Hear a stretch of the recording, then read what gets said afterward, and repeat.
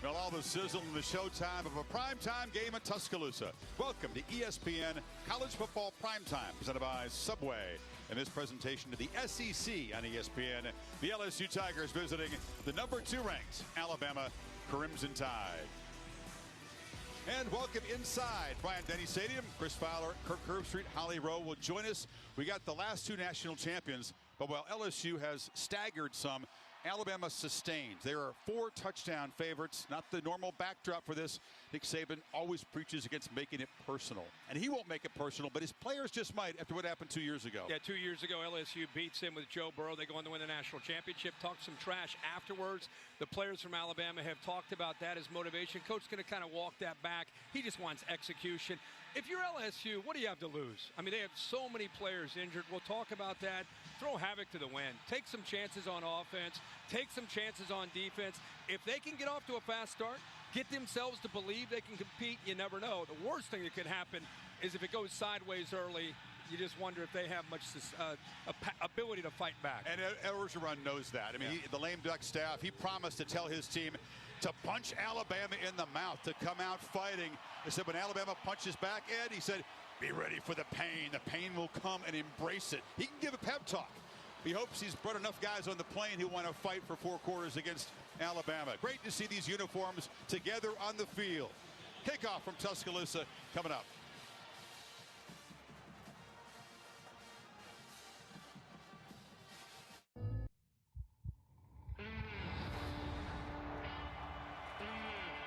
It's a rivalry games like this. You know you're always going to get the best out of your opponent. People counting us out. I mean, that just adds fuel to the fire. It's the SEC, man. It's tough football.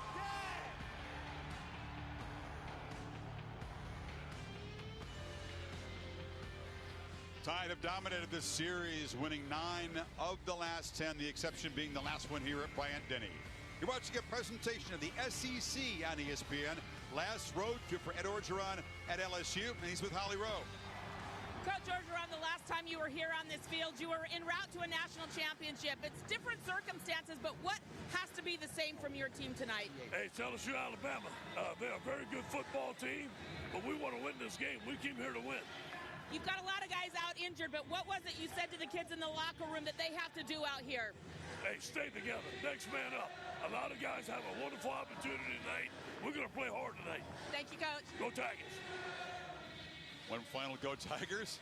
Yeah, about 7 or 8 key guys who would have been starters out of this game. The defense has been decimated. LSU won the toss, and they will give Alabama the football first. Avery Atkins, wearing that coveted 18, kicks it away. This is interesting because Alabama has scored a touchdown on the first possession, Kirk, every game except Mercer. So you're flirting with going down 7-0 when you try to get Bryce Young off the field. No meaningful snaps last year. What a tremendous season in his first year starting for the Crimson Tide. 26 touchdowns, just the 3 picks. Greatest attribute beyond the numbers, the poise.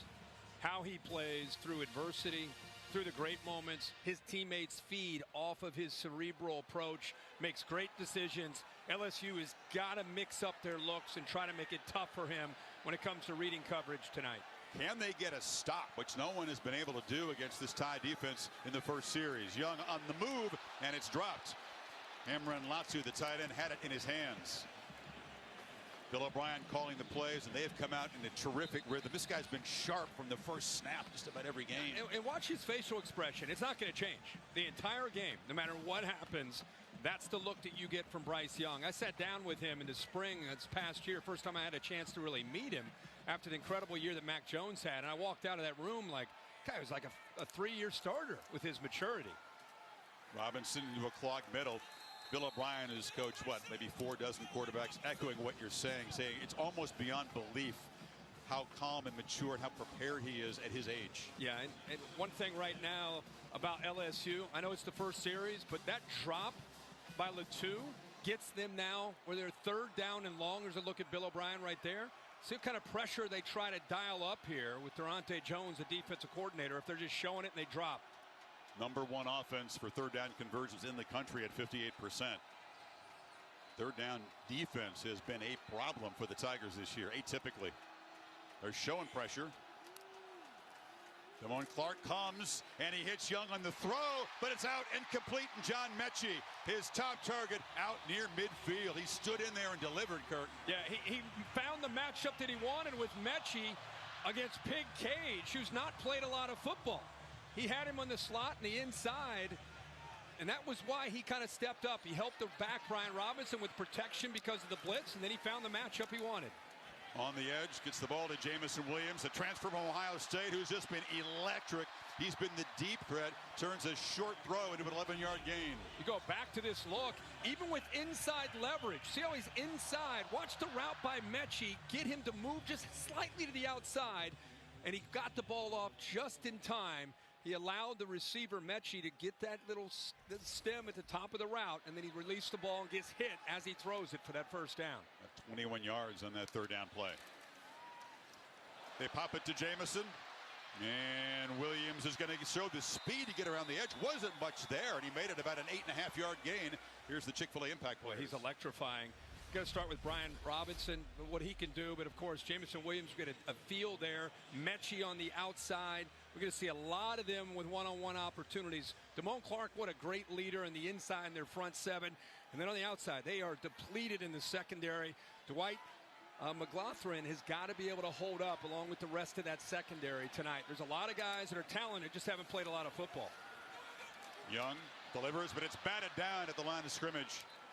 He's 6 feet tall in the program, maybe a little bit shorter than that. Somehow he's able to see through the trees pretty well, but that one knocked down. Yeah, that time it looked like Fanua actually got his hand on that 58. Yeah, right in the middle. He just kind of at the last second gets his hand up, knocks that ball down the left hand. And that's the one area, like you said, with a lack of size, when he throws from the pocket, the D linemen are going to try to get up and try to affect that accuracy. Get about 1.5 yards on this third down. Young looking to throw for it. Back pedals and delivers incomplete over the middle. Threw it behind Mechie, and now it's 4th and 2. Offense on the field. Well, LSU took away everything underneath. That was really good coverage, good communication. Forced him to have to throw that ball downfield. And by the way, they're getting pressure. They're getting after Bryce Young. Nick Saban concerned about that. Of course, upset maybe that there was a push there by Ward, but that ball really didn't really give his receiver much of a chance. I think that's a good no call personally. Interesting call that Saban's made here. A 49-yard field goal attempt. Will Reichard is extremely reliable, drives it low, and it's off the crossbar and no good. Never got any height on it at all. And Orgeron's team get to stop on 3rd and short, and Saban comes up empty. See if the snap and the hold were good there. Oh, it's like the hold was just a little bit to the inside, may have affected the timing there. It's a rare doink off the crossbar. Yeah. Never got any height on the kick. No, it didn't. Just drove it. I thought he'd go for that on 4th and 1.5 yards, frankly. And, I'll tell you what, the way this year has gone for Ed Orgeron and this LSU team on the road against this football team in Alabama, that's a major win for the LSU defense, getting a stop. As you said, they've been scoring on everybody. So LSU, early boost in the lefty. Max Johnson flips it off in the flat. And the catch is made by Jack Besh, their tight end, who figures to play a big role tonight. Chick-fil-A impact players when LSU's got the football. Yeah, I think they're going to have to try some play-action pass on early downs. Ty Davis-Price, they're going to have to run downhill with what he can do. You just saw what Besh can do, 80. Put him out at tight end, but they'll flex him around. Will Anderson is an outstanding player, one of the top players in the country against the run and the pass. And Kool-Aid McKinstry is going to get an opportunity to play a lot with Josh Jobe out of the lineup. You feed Davis-Price, and he finds the opening off the left. I mean, they would love to be able to pound him. They're hoping they can do to Alabama what Florida did in the second half, run the ball effectively. Yeah, he gets right behind his offensive lineman. You got a pull this time by Hines, who's playing through injury. The big tight end, Mashburn. But what I love, this is what Davis-Price can do. This is a football team that's not been able to run the ball consistently. That time, you can see the determination with Davis-Price and the leg drive to at least get some positive yards. 6-0 line look here on 2nd and 7.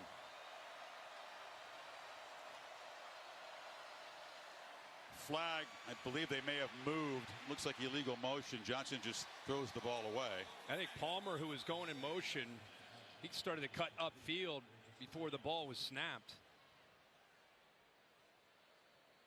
Discipline has been pretty good for this LSU team. Penalties really have not been one of their problems. They only average 4 a game. Illegal formation on the offense. More than 4 in the backfield. 5-yard penalty. We play second down. Not left for a referee tonight. So Max Johnson, big 6'5" lefty, son of Brad Johnson, 15-year NFL veteran, Super Bowl champion. What I love about this guy is his toughness. You know, he brings a spirit to this position. It's not been a great year, but one thing you can count on is 14 is going to compete. I'm sure his dad is very proud of that. Couple starts for Johnson late in 2020. He's been the guy ever since injury to Miles Brennan, who broke his arm preseason. They're pulling these linemen effectively. They're able to get around to the edge. They ran the exact same play to the left. They're a big run pass option team. So you see that fake pass from the quarterback after he hands it off. He's just trying to give the linebackers and safety a feel that he's throwing it just to try to keep them back and give his running back a little bit more room. Jake Peets is the play caller, his first year doing that at any level of football. Emptied the backfield. Davis Price all the way to the top. 4-man rush on 3rd and 4. Johnson has to throw it away. Backpedaled, got hit after the throw. No flag, and his 4th down. That was Phil Mathis, number 48, on the pressure. Yeah, that's all just about the great coverage downfield. And honestly, Johnson does the right thing. You know, as a young quarterback, there's a tendency to want to hold on, try to make a play. You get a sack and couldn't locate that downfield. It's easy to see from up here for our cameras. You can see Jenkins jumping up around. This is actually where he's looking. He wasn't able to locate Jenkins there, but his eyes were off to the right. His read was to the right where there was all that coverage. Avery Atkins is the kickoff man, the punter, and the holder. You go from a walk-on to getting a scholarship, then you get to wear number 18 on LSU. That is a career journey that's worth saluting. Before the snap, timeout, LSU. They're first of the half. He spent an early timeout. Must not have liked the protection there. Trying to pin Alabama deep.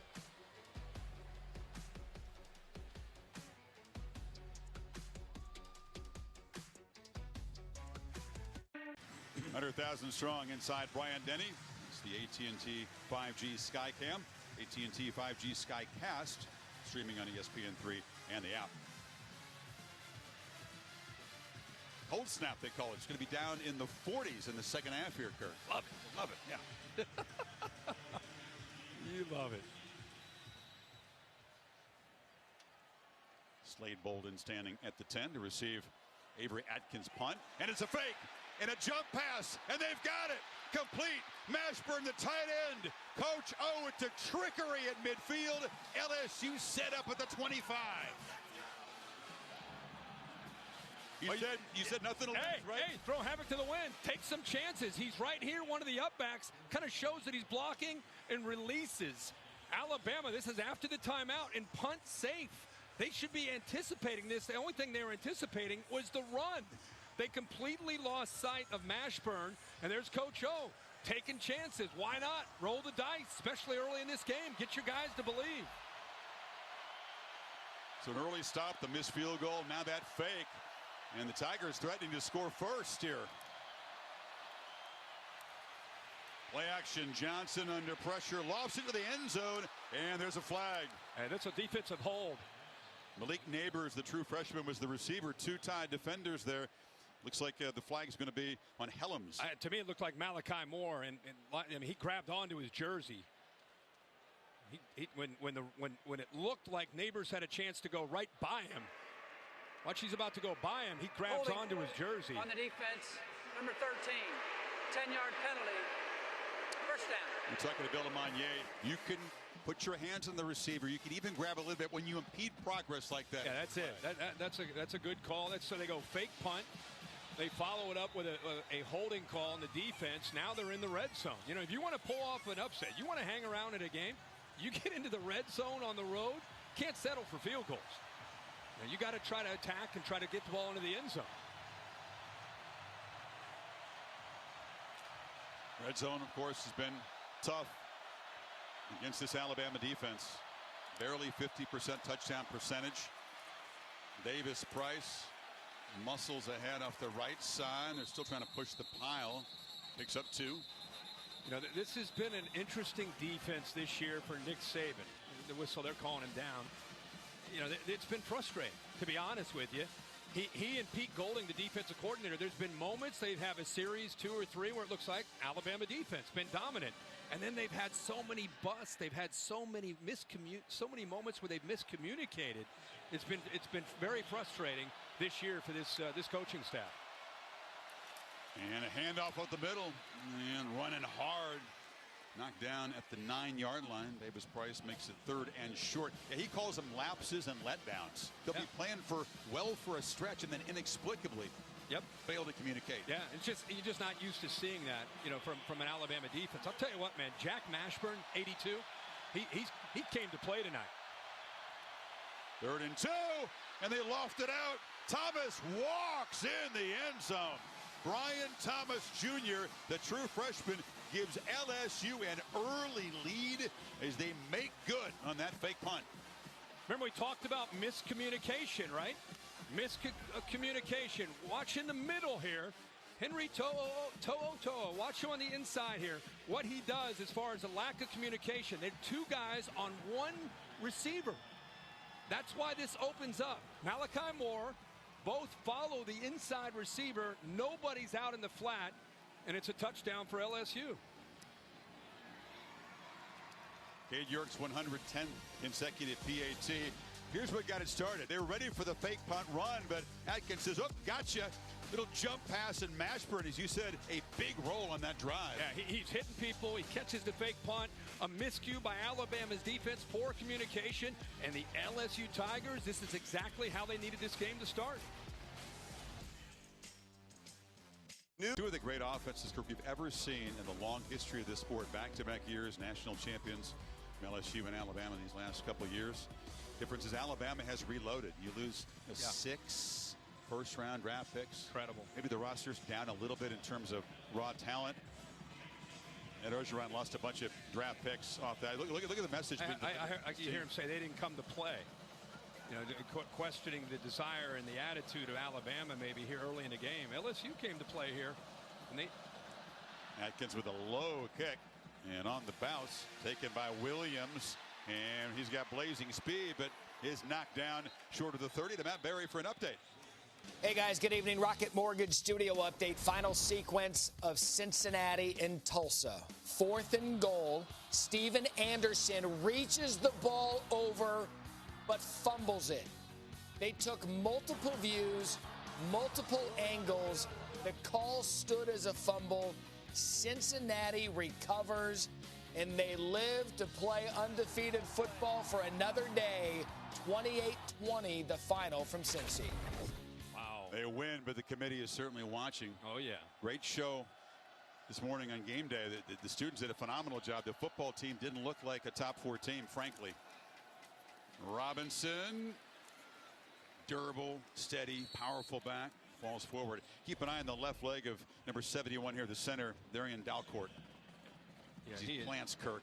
He is the leader in the middle there. That is not a good look. They've actually made some adjustments. We'll go down to Holly here after this play, but you know, he went in to the locker room, so they've had to move Chris Owens, who's played center last year when Landon Dickerson would go out, so he's got a lot of experience there. Moves over from right tackle.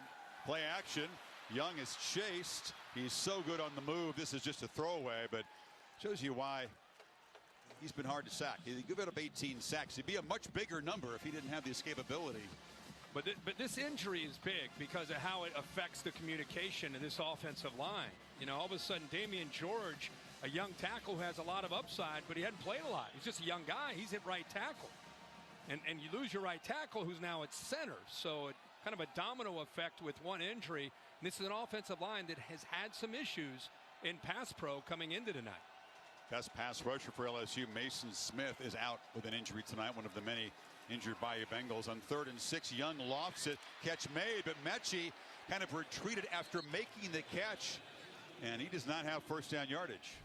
It's fourth down. It ended up bringing pressure here from Clark, so it opens up the underneath part of this defense. He had both Billingsley and Mechie. You're right, he came back, but I'll tell you, that's a good job of LSU's defense, bringing pressure, playing zone, keeping the ball in front of them, and having a great idea where that first down marker was and keeping him short of it. Jesse Burnham, Alabama's first Australian punter, to kick it away. Trey Palmer deep for LSU at the 25, and this LSU defense a strong start. It's a booming kick and a retreat and a fair catch way back at the 15-yard line as Burnett does his job. Tomorrow morning on ESPN, NFL Countdown, the inside story of how the Phil Collins song "In the Air Tonight" remains a pregame anthem for many of the NFL's biggest stars. And on Monday Night Football, Bears and Steelers. We'll see Justin Fields, he's Big Ben in Pittsburgh. Steelers have won 3 in a row. Tell you what, man. Still playing catch up in the division, though. Again, I'm very impressed with what LSU has done defensively against Bryce Young in these first couple series to get the stops, to get the ball back to LSU's offense. I think this stadium right now is somewhat surprised. No doubt, trying to make some noise as Johnson rolls, jukes, and just goes down. Didn't throw it away, and he'll take about a 4-yard loss. Yeah, Christian Harris is out there, and that's what he has to do. Again, young quarterback, wants to stay alive, wants to make a play. Watch Harris kind of shadow him, kind of mirrors him, doesn't let him get outside. And then look at the rest of the jerseys there. Once he gets outside and it's not there, just abort, throw it away. Christian Harris, one of those guys from Baton Rouge. He's an Alabama player, but he does admit extra inspiration taking on the Bayou Bengals. He grew up an LSU fan, of course, in that town. So behind the sticks, 2nd and 13. Johnson, little miscommunication. Cutting inside on the route was Besh, the tight end. Johnson threw it outside. But it had an option route, and he's been very effective for him. Jack Besh, 80, is a great young player. Coach O fired up talking to the officials, but that's just a miscommunication. He kind of had a inside route where he could have gone to the inside or the outside, and the quarterback read it to the outside because of the leverage, and Besh ran it to the inside, and now we've got the flag. Intentional grounding on the offense. Number 14. That's loss of down. The ball being placed at the spot of the pass. It's 3rd down. That's one of those intentional groundings where it's a miscommunication and not sack avoidance. Bill, you have to help us. I mean, that's just a miscommunication to me. That's what the officials have been being preached to. I don't personally buy into it. It's just a missed route. That should be a nothing but an incomplete pass. Well, here it is right here. Quarterback reads, he thinks leverage is to the inside. The receiver feels, I can get him back to go back to the inside, and instead it's a miscommunication, but a loss of down. That's why Coach O was fired up. Yeah, it cost some 5 yards. The incompletion would have been 3rd and 13. Now it's 3rd and 18. We're being way too technical on that call. Amen. Go draw here, screen. I mean, you just want to be very careful here if you're LSU. Well, they are. You can't get more careful than that run. So that drive not productive, pinned back, and then they went backwards, and now a punt should give the Tide decent field position. You saw Orgeron, nothing like a lame duck coach. He's fired up. His blood is boiling this night, and he was mad at that early mistake. He's still mad. You see that. But Alabama's defense, with the help of that call, they dialed it up there themselves. Brought more pressure. Christian Harris, a good series there. They're going to get great field position here for Bryce Young. JoJo Earl, a slightly built freshman receiver, back to receive the punt from the 35. Spins out of one tackle and is knocked down in LSU territory. So the Tide defense rises up, and the offense will take over in Tiger territory. 5:22. Bayou Bengals up by a touch. And before the world turned upside down, 2020 began with an incredible party in New Orleans, 15-0. But then the attrition. Of course, Burrow and 20 players went to the NFL. Coordinators left. Joe Brady goes to Carolina. You lose Dave Aranda to Baylor. And they made some hires that have not worked out. Linehan and Pelini lasted a year. And Peets and Jones were hired for this season. And it's not unprecedented to go from champion to being fired in 2 years. It happened earlier in the SEC. thanks to Alabama and Nick Saban dropping the hammer. That's the common thread. Very rare, though. I mean, like you see the graphic, you just don't see that happen very often. Nope.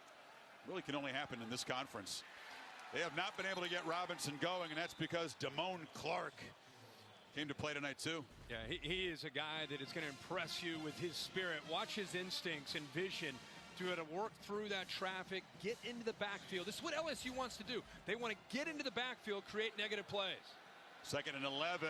Young spinning, buying time, and looking to launch. Finds it across the middle there. That's Latu, the tight end. He waited a long time. How long did they have the ball? About 14 seconds? Yeah, I mean, this guy's a passer. He's a pocket quarterback, but this is what we've seen him be able to do. He's quick. He's like a point guard.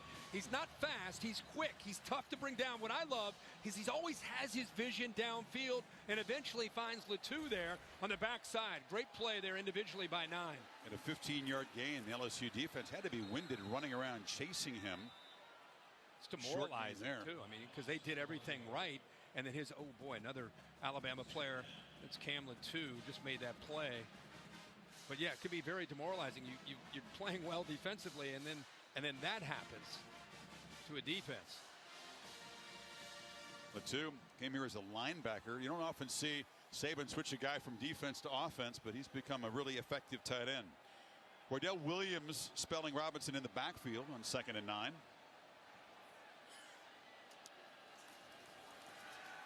Young takes a hit and delivers, and Williams trying to spin free, lost the ball. He went out of bounds. Dwight McLaughlin was in coverage there. Knocked it loose, but the Tide avoided turnover. We've seen Jamison Williams. He's got so much playmaking ability. McLaughlin limps off the field. It's the last position that they can afford. They get pressure again, but he gets that ball away from his body. We've seen that the last few weeks. He's a dynamic playmaker, but he's got to keep the ball in close because we see it how these defenders are going to knock it loose. 3rd and long. Well, you said it. They are decimated at corner. Really can't afford McLaughlin to be out for the rest of this game. Stingley, Hicks, and Cordell Flott also out of this game tonight for LSU. Play clock winding down. Delay a game. Unlike Bryce Young, unless they got a timeout on the sideline. They took a timeout before that, but there was confusion. No, they didn't. No. See Matt Muffler consulting now. Didn't see a flag on the field. Penalty, 3rd down. I mean, there was no flag, but it is the delay. This is the story here. Look, the defense. They came into this game with 8 starters from defense out, and you look at these guys, the secondary. You know, Ricks and Stingley are maybe the 2 of the best corners in the country. Flott out tonight. Major Burns, a safety. Now you see, we were talking to the coaches, who can step up? They said, well, we think Jones, 29. McLaughlin has an ability to make plays, but other than that, we don't have a whole lot of bodies left at corner. 3rd and 14. They try to bring pressure, and they get Young back at the 50. Mike Jones Jr. on the blitz.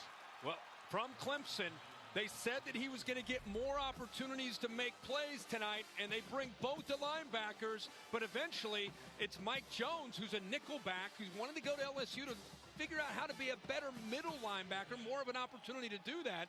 How about how he gets around Brian Robinson, a veteran, a really pretty solid pass protector as a running back. He got right around him and makes that play. Slight limp from Bryce Young as he trotted off the field that time. Now we're going to have a legal penalty substitution, on Alabama. 12 in the formation on the offense. 5-yard penalty, 4th down. Wow, this is a very ragged start for the Crimson Tide in a lot of departments. They got fooled on special teams. And by the way, pass protection's breaking down. They started that drive in plus territory. You know, the first 2 drives own 25, own 28. That drive at the LSU 48, couple big plays, and they start going backwards. The LSU chants from their fans that made the trip, that echoing. Is not something we expected to hear a lot of tonight.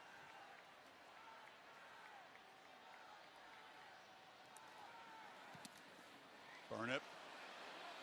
High kick away from the returner, Palmer, and out of bounds. Back to Matt Berry. All right, Chris, a couple of other SEC games to catch you up on. Tennessee and Kentucky. Hendon Hooker's completed 3 passes for 150 yards. This one, 72 yards to Velus Jones Jr. Tennessee up 14-7, and with a chance to tie it and send it to overtime, Nolan McCord misses. Wu Pig hangs on, 31-28. Thank you, Matt. So LSU at the 20 after a 35-yard punt. Corey Kiner, the true freshman's in the backfield. He's got the football, and Kiner comes from Cincinnati. Plows ahead for about 3. Trying to spell Ty Davis Price. We'll see Kiner, maybe Armani Goodwin, but we expect to see Davis Price as the workhorse tonight. Yeah, they're just trying to spell him, give him a chance to recover. Different kind of back with Kiner. Still has good size, but he's very, very quick if he can hit a crease. Keep going to that counter play, pulling that backside offensive lineman.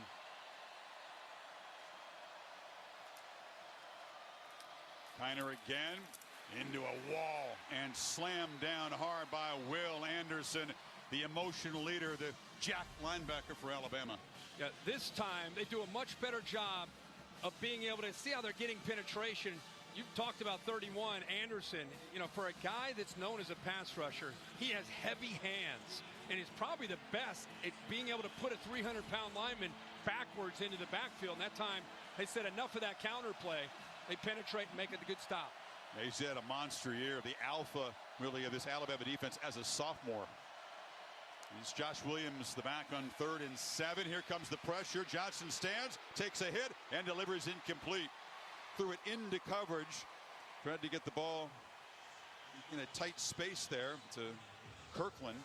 Well, they brought both their linebackers, Chris. Harris is actually out here. He's going to blitz here, but watch Henry To'o right here.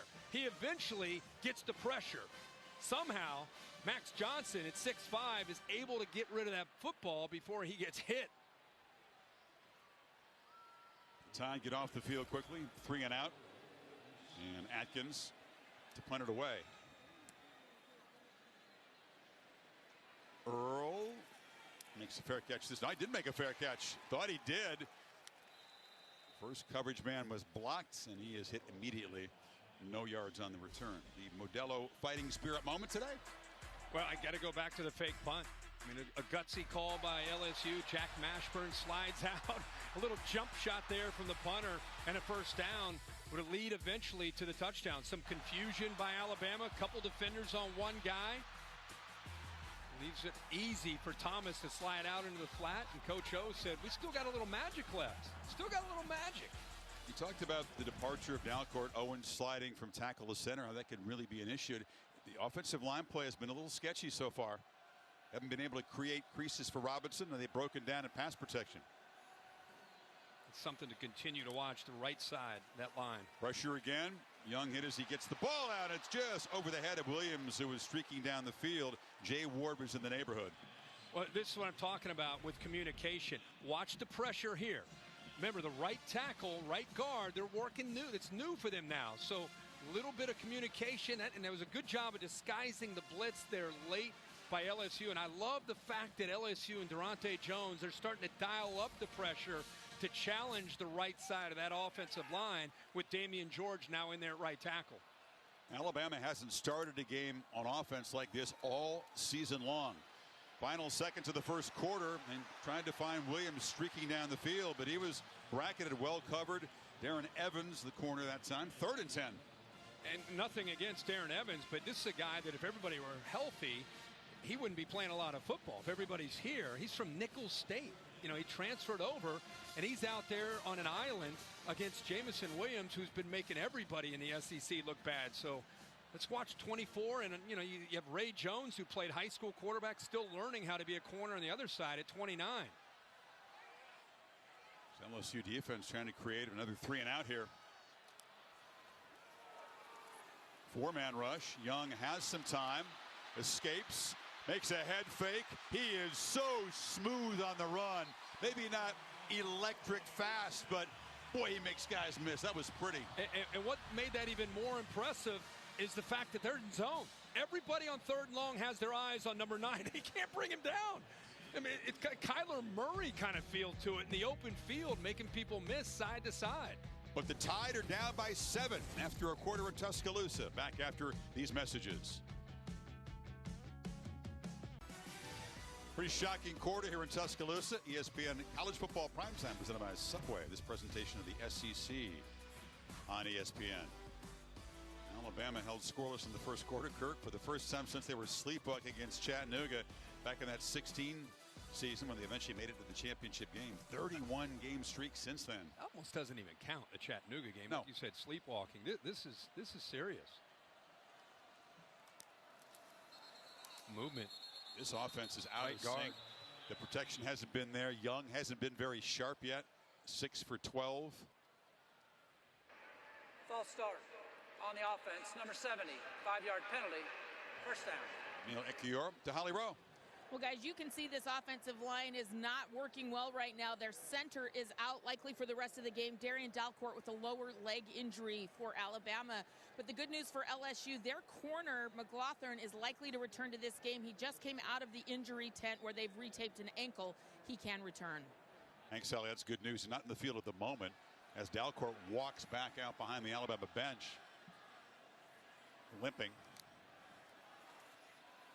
1st and 15. Young over the middle, throws a dart, and Mechie's got it a yard short of the marker. Well, their answer right now, playing some younger corners. Look at the cushion. So the answer for Bryce Young is with that cushion, we got to throw underneath that coverage. If they're going to not walk up and challenge us, let's take that cushion and let's hit these underneath crossing routes, especially over the middle. Darius Jones is an ex-quarterback who's still learning the position. Yeah. This is what you call learning on the fly against Mechie and Williams in this Alabama offense. First down carry for Robinson. You're talking about 29, and again, he's got upside. He's got great potential and a great future. He's a young player, but he played quarterback in high school. So he gets good reps in practice, but it's very different. 6'2", 170 out here against these Alabama receivers, Mechie and Jamison Williams. This LSU defense has been flattened by some running games this year, has held up well so far against Robinson. 5 carries for just 7 yards for the featured tailback. Fumbled snap, and Young has to fall on it. Again, working with Owens at center, not Dalcourt. Well, not only that, a lot of times they're at shotgun, right? So you're working in now under center. You're working with the new center. Owens has moved in, 79.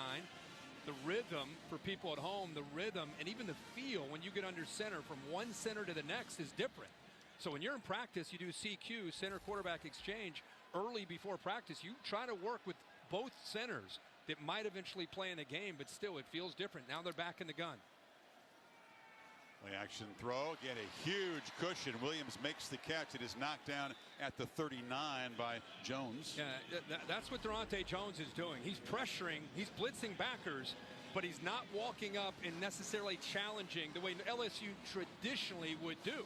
LSU is decades of history of outstanding corner play and defensive back play where they're going to challenge your manhood. They're going to step right into your grill and play press man. They just don't have the corners to be able to do that. So they've coming up with a different way, try to catch, keep everything in front, but still pressure by blitzing those backers.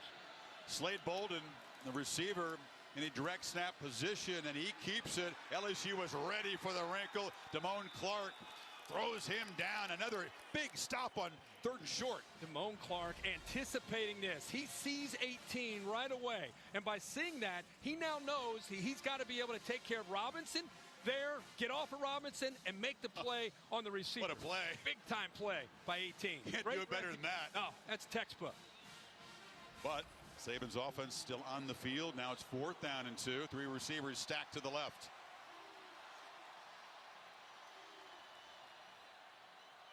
Now Mechie comes in motion. He motions him. The corner ran with him. Now he knows he has man-to-man. Now he has a matchup that he wants to exploit. Look, his pressure off the right. It comes, and the ball is out, but it's incomplete. He knew where the pressure was coming from, but the throw was inaccurate as he backpedaled, and LSU gets a stop and a turnover on downs. Well, he got what he wanted. He got what he wanted because he sees the matchup. He has Mechie one-on-one right here. He's just going to work underneath traffic, try to make it hard. Does a good job of taking the snap. He dumps it, but a good job at Bakersfield just kind of sliding back, showed blitz, sank back, and got in the way of the throw. Crimson Tide, the focus a little fuzzy here The fans here are stunned. They thought they'd be having a party up a couple scores at this point already. Down by 7. LSU, though, a couple of 3 and outs on offense since their 68-yard scoring drive. Davis Price stopped near the line of scrimmage. Let's go back to that third down play, give you an idea what they're doing to this offensive line. They're bringing pressure to the outside. Remember, we have a new right tackle, right? Let's watch to see how he does here. See the communication? See how he's coming down? You got 2 blitzers coming from the outside.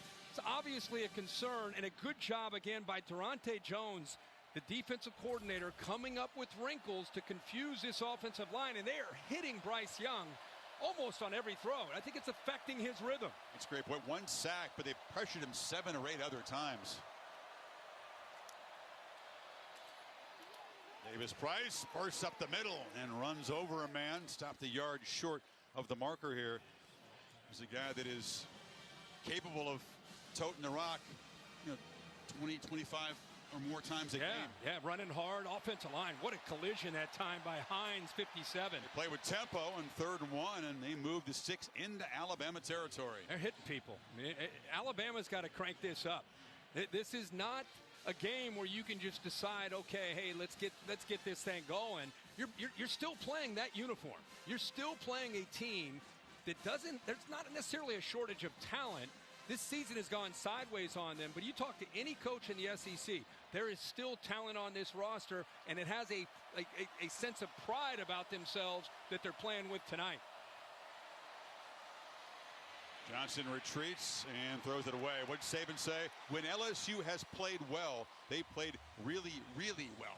Yep. Look at the Florida game. Hasn't happened often enough for him to keep his job, Ogeron, but he's been able to count on the fact that when his guys do show up and execute, they're very capable. And Coach Saban's honest. He told everybody before the A&M game, hey, I'm just telling you guys, going over to Kyle Field is tough. It's challenging. It's not going to be as easy as some of you are making it sound. They ended up losing that game. This week, talking with us and other media members, guys, I don't care what everybody's talking about. When LSU plays us, they're going to bring their A game. I was wary of the rat poison, as he calls it this week, and there was a lot of it. And boom, flying into the backfield is Will Anderson, just leveling the ball carrier. He is imposing. Oh my gosh. They've been pulling these linemen, and all of a sudden Anderson is starting to get a feel for it.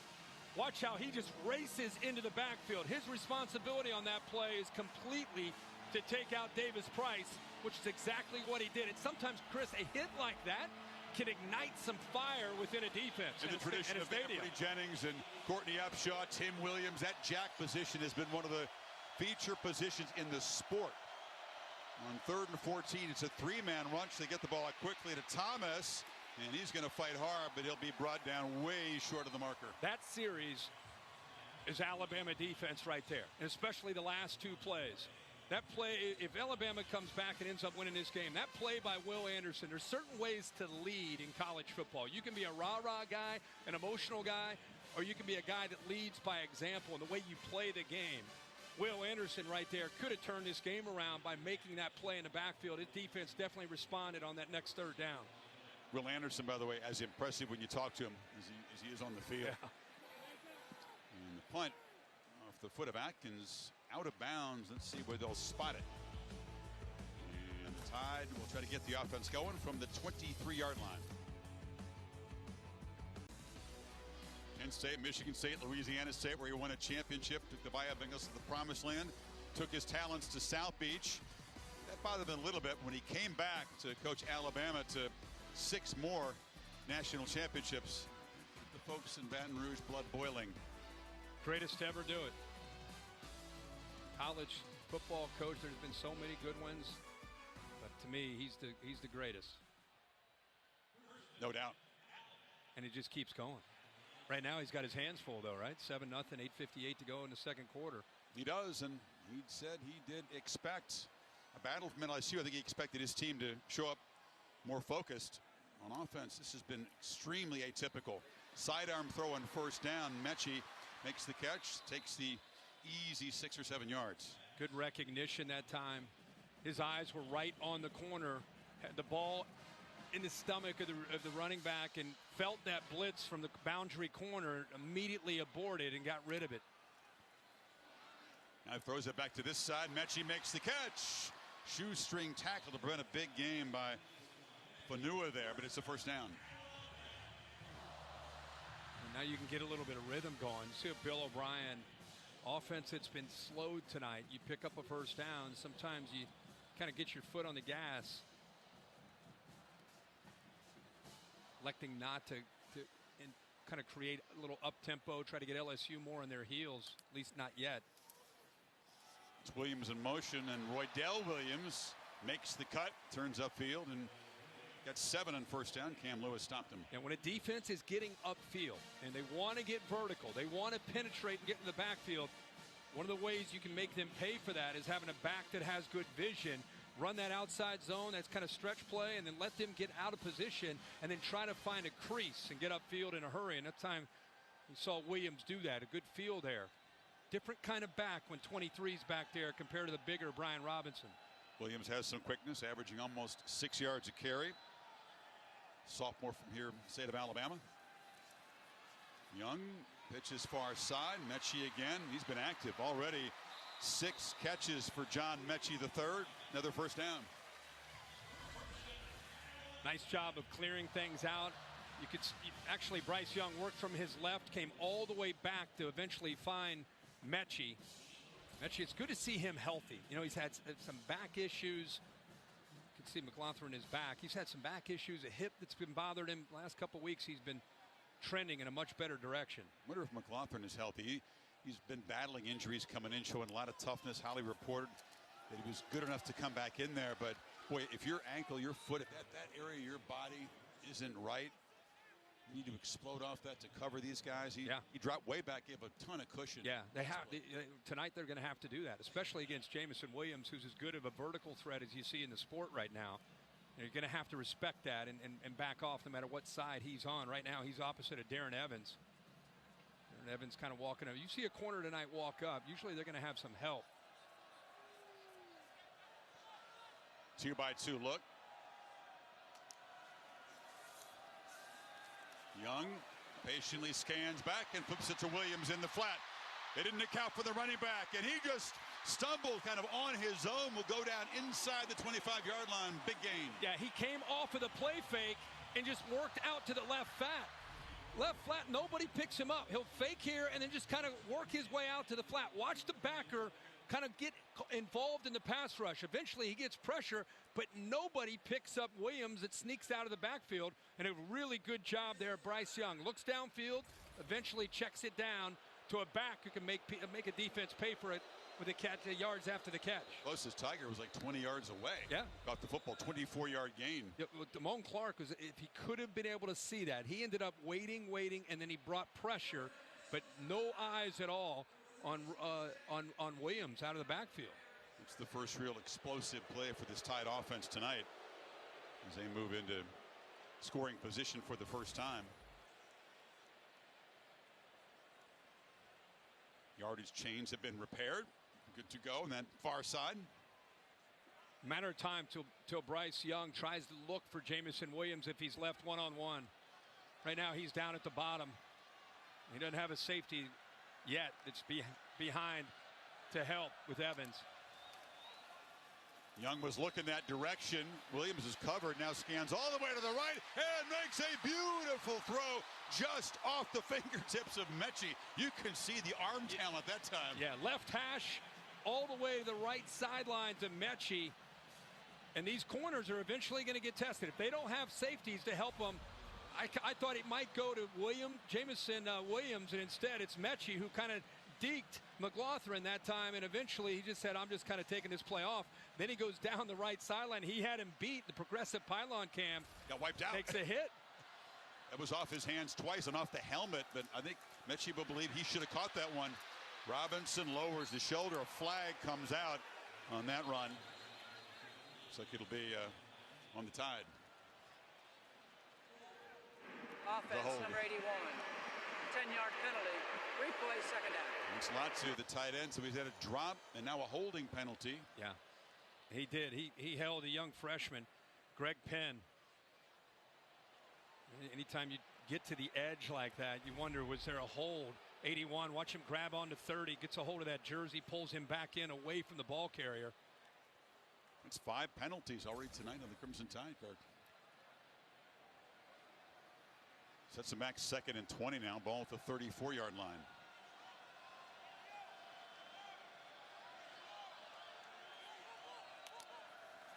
Tigers only rush 3. Young scans and delivers. And Williams found a little hole in that zone, and it's a first down inside the 15. I think this is the area where Jamison Williams has grown the most as a receiver. At Ohio State, he was a vertical threat, and he still is that. But being able to make plays intermediately and then being able to catch and then run after the catch takes him to another level. Quick pitch far side. Mechie tries to make a couple guys miss. He does get the edge. So Williams there just kind of sensing the space, kind of just improv the route there. Yeah. He just kind of sat in the soft spot. He read the defense, but what I love is he makes the catch. Remember, protect the football. He has a tendency to get that ball away from his body, but he protects the ball, and then his legs are so alive and dangerous after he makes the catch. See, he used to just want to go by people. Leads the team in receiving yards. They couldn't find a spot for him in Columbus. I know that a lot of good receivers. Yeah, they do. They do. He was frustrated and decided to look elsewhere, and thank goodness Alabama got him for the Tide's sake. Big time free agent move from Nick Saban, who doesn't make a lot of them. Look at Robinson just power forward as they shove the pile right down near the marker at the 4-yard line. An assist from Evan Neal, one of the biggest offensive linemen in the country at 6'7". One of the best, too. Yeah, one of the best, 6'7", 350. Just pushing his way. Love when linemen, you're a quarterback or running back, there's nothing better in short yardage situations when the big linemen are just pointing to the sideline. Let's go, let's go. That means he's starting to feel good in the trenches. Comes from Okeechobee, surefire Sunday lineman, the left tackle for the Tide. Overloaded to the right. Robinson could not run through the tackle. Damone Clark with those strong arms knocked him down, but they're at the 2, 1st and goal. Yeah, the way LSU plays, Clark's going to make a lot of plays.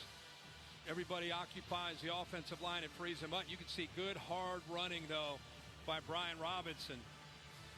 Clark leads the nation in tackles per game at more than 12, and he leads this defense by 46 tackles over the next guy.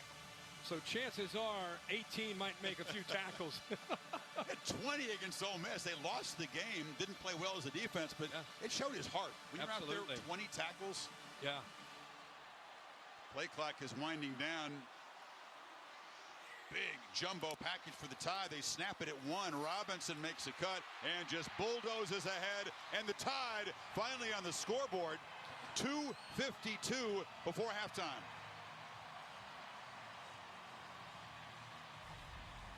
Watch the left side of the offensive line. Watch how they push here.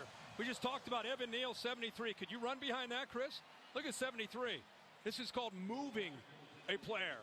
And then Brian Robinson lowers his shoulder and gets it into the end zone. Methodical. Took more than 6 minutes. They were 77 yards in 12 plays.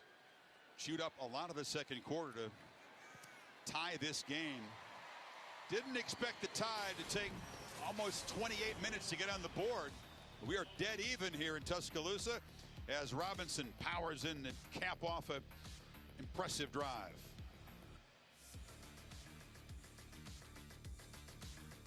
You can beat us in the club. They have the LED programmable lights during the breaks here. Good view from the blimp. Goodyear providing aerial coverage. Anything can happen as long as you have the drive. Goodyear, more driven.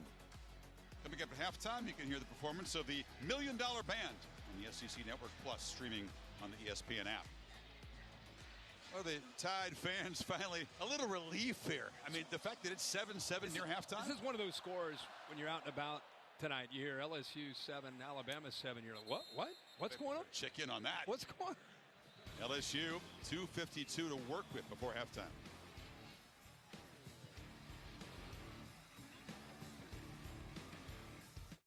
Taco Bell Live My Student Section contest going on. Hashtag Student Section Sauce. Get the attention of the committee. ESPN.com/Taco Bell to see how your school can compete. So LSU, Kirk, they'll get the football to begin the third quarter. Wouldn't figure to be too adventurous here. Aside from that one drive, they've not done much on offense. It's one of those possessions where you want to be smart. You're very content with 7-7. You get the ball to start the second half. It wouldn't bother you at all to get a first down and work a little clock here. Don't give the ball back to Bryce Young. On the end around, they get the ball to Brian Thomas, and the freshman who had his first career touchdown reception earlier picks up 5. The longer this game goes on and stays close, obviously the better it helps Ed Orgeron get his team to believe it can happen. They are a fragile team after the way this season has gone on. And when you're Alabama, it's like you're Mike Tyson, right? You're just looking for that uppercut. You're looking for something to kind of get them wobbly, and that's not happened. So LSU wants to just keep their aggressive nature, but they don't want to lose the game here at the end of the first half. Yeah, you're right. They avoided the first round knockout. It's like they're getting to the middle rounds here, and they're even on the scorecard. And they would definitely have taken that at the beginning. Davis Price knocked down after a short game. Back to Matt Berry. All right, guys, Mercedes EQ halftime report. Cincinnati gets a win, but is it another but? We'll explain. Plus the top 10, all kinds of mess around there. And an SEC West battle. Who can maybe step up with Alabama for the crown? Jesse Palmer, Joey Galloway join me coming up next. Nobody gave the Aggies a chance in Kyle Field. Poor old Texas A&M somehow found a way to get it done today, defying all the Saturday morning pundits. 3rd and 4. Look out for Jack Besh here, 80. He's very good, very effective in these situations. You got to get the ball out fast. Johnson scanning and delivers into traffic. Karam is picked off. It bounced in the air, and Justin Armour Davis made the takeaway exactly why you said you got to be cautious. Yeah, that was it. And Christian Harris makes the play. Outstanding job by Armour Davis to come up with the interception, but wait till you see the play by the linebacker, 8. It's incredible. He's right here. He's going to track this from the right side all the way over to the left. Now watch his vision. Back to the quarterback, left hand on the ball, knocks it right there, and outstanding reaction by 5, Armour Davis, to come up with that interception. But make no mistake, Christian Harris made that play. Guy from Baton Rouge who played youth football against Davis Price and Damone Clark way back when. They had some talent in that town. Oh, yeah. Just as we said, you don't want to lose the game at the end of the first half. Let's see if Bryce Young, see what he can do with his football. Looking to throw on the slant. Williams tackled at the 25, a quick first down. It's an RPO. He's feeling these linebackers flow. He's just feeling that. Once he sees that, pulls the ball out and makes a quick throw. LSU defense scrambling, not lined up. Young launching for the 10-yard line. Ball was tipped. The flag comes out. Incomplete. It was Williams in the area. Did he make the catch? The ball hit the ground, but it is a penalty. Yeah, they've got a penalty right close to where it looked like the catch was being made. Did he hold on to this as a circus catch? It was just over the hand, off the hands of Bolden. They're spotting it as if he caught the football here. Yeah, let's see. He did. Yeah, he did. I don't think that was supposed to look like that. Bolden right in the area got a hand on it. A completed catch. Holding on the defense, number 2. A penalty is declined. First down. A funky play, but a tremendous catch with a long arm Williams. He did keep that off the grass. Yeah, McLaughlin actually held early on the route. You'll see it. It's pretty easy to see when Jamison Williams pulls away right here, grabs a hold of him. I don't know if he actually got a hold of anything. He got a hold of the back of his helmet. Doesn't matter. The penalty doesn't matter. It's a good catch. And this sudden change defense for LSU is reeling right now. 2 plays, and Alabama's got a 1st and goal. Exactly what Coach O did not want to happen at the end of this half. They played so well. Young, protection breaks down. He threw it into traffic, and it's off the hands of Latsu, who was well defended by the safety, Jay Ward. I think Jay Ward has a bright future. 92. Farrell is down. Talked about the injuries to the secondary, but got Ali Gay, Andre Anthony's also injured. Now Farrell down. And Jay Ward is a former corner who's playing safety, so he has corner instincts. and an ability to kind of recognize the throw. See him ISO'd here. He kind of drops off. He's got the tight end. Remember, this is a former corner that's playing, man-to-man out there on a tight end. It's like a hole they got away with when Alabama was Farrell, who's the man down, got grabbed. Sure did. He got near Young in a hurry. You could say you want to be cautious. They wanted to trust the quarterback, but that throw into traffic, it was a great play to break up the ball by Harris and set up the interception. But still, I think they'd like to have that decision back at this point. It's tricky there because you don't want to be too conservative, right? But it's 3rd and 4 on that play. Came in here with an aggressive mindset, going all the way back to that fake punt on one of their first possessions, which led to their touchdown. See what the Tide do on 2nd and goal here. It's been Mechie and Williams who've been the two-headed monster. They've caught 14 of the 16 completions by Young so far. 3 receivers stacked in a tight formation. Young looks to the right, fires to the end zone, and it was Mechie well covered that time by McLaughlin. 3rd and goal. Again, there's a miscommunication there when you have an option to go to the fade to the back corner or go to the back shoulder fade. You can see the confusion. I think the quarterback Bryce Young thought, hey, let's go past him. You got him stacked. I'm going to go downfield, and Mechie wanted to come back. Robinson single coverage in the far right of the formation. Now he'll motion back in. Big play here on 3rd and goal. Final minute of the half. Tide all looking to the sideline for a signal.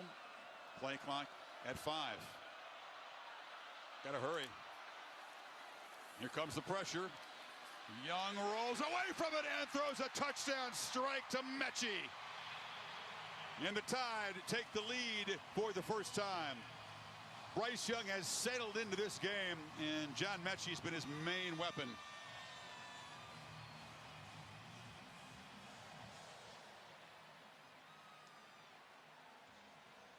Play by Harris sets up the pick, and the Tide with the short field take it to 39 yards in 5 plays. A deflating way to end the half for the 4 touchdown underdogs from Baton Rouge. Yeah.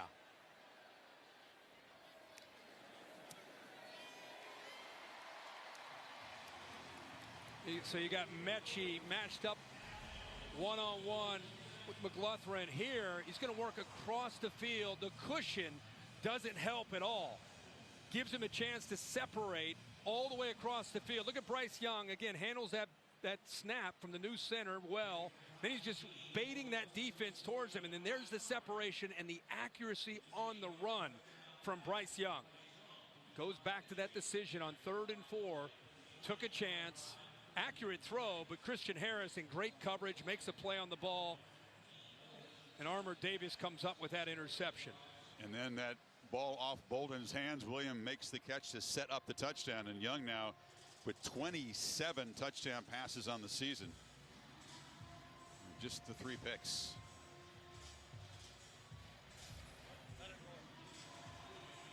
Not what we expected. Alabama's going to go to the locker room apparently with a 7-point lead. LSU has been held to just 80 total yards. They had 58 yards of offense on that one drive that featured, of course, the pass on the fake punt. Other than that, they've done almost nothing. In fact, Atkins, the punter, has more passing yards than the quarterback in the first half. There's the drive chart. See how slow they started with the missed field goal, a couple punts, didn't convert on that 4th down. And then the big drive, the 12 plays, 77 yards. When we talked about Will Anderson, that play that he made, potentially sparking the Alabama team, be fun to go back and look from that play what has happened for the LSU offense and what has happened for the Alabama offense. I bet you they don't get too adventurous here.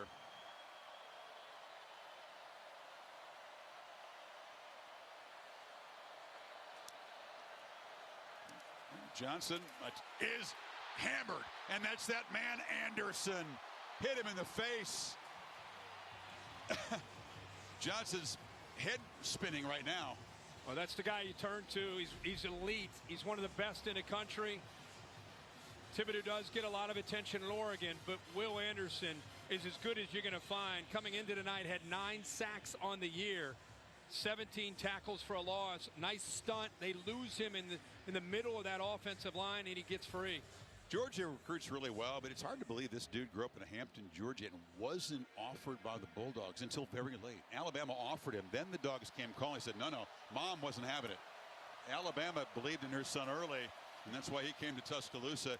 He is a little bit inspired every game, but for that SEC championship game in Georgia, Will can't wait. He'll be ready. So the Tide, a late touchdown to take the lead. Will Anderson's mom. She knows her son's played a strong half. Time for the Mercedes EQ halftime report. Back to Matt Berry in the studio. Tied up 14-7 at the break here in Tuscaloosa. Chris Fowler.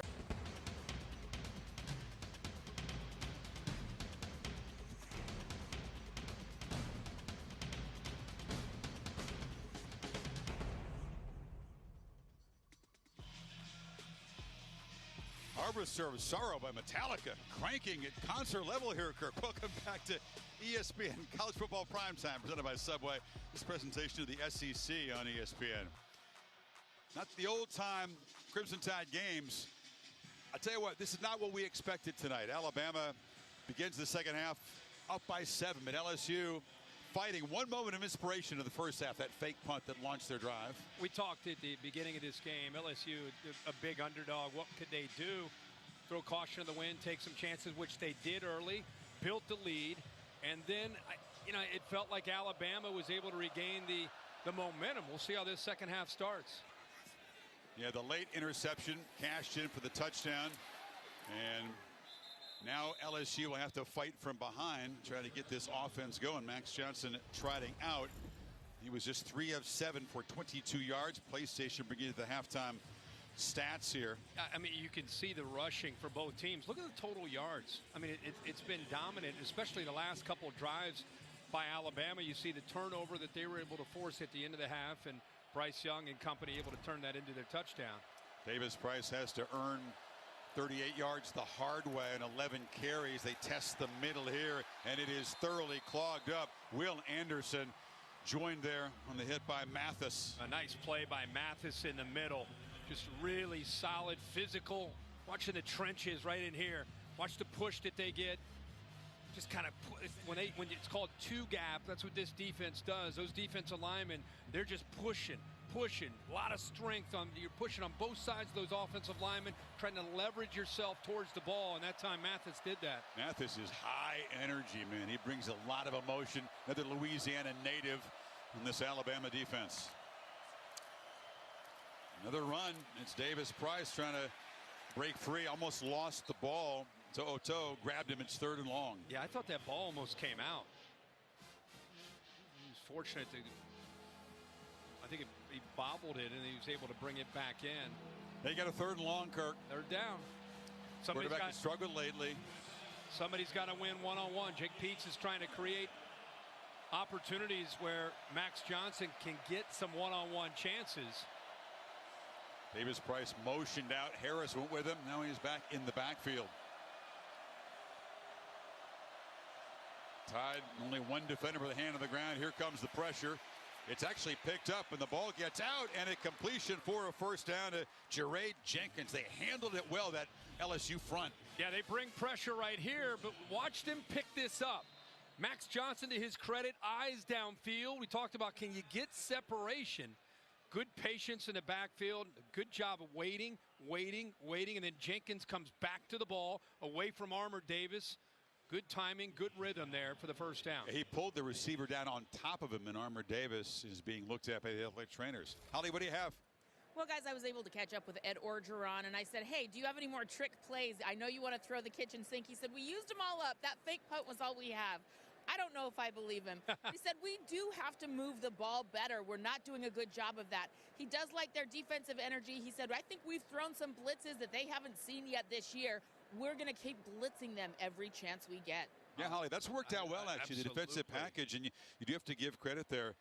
Durante Jones, who came from the Vikings. He's been an NFL secondary coach, hired by Orgeron to replace Bo Pelini, and a good job so far tonight. Oh, yeah, they are doing a good job of mixing it up. Good to see Armour Davis up and walking off of the field in his own power. Actually, looks like Josh Jobe is out of the field. We didn't expect to see him play.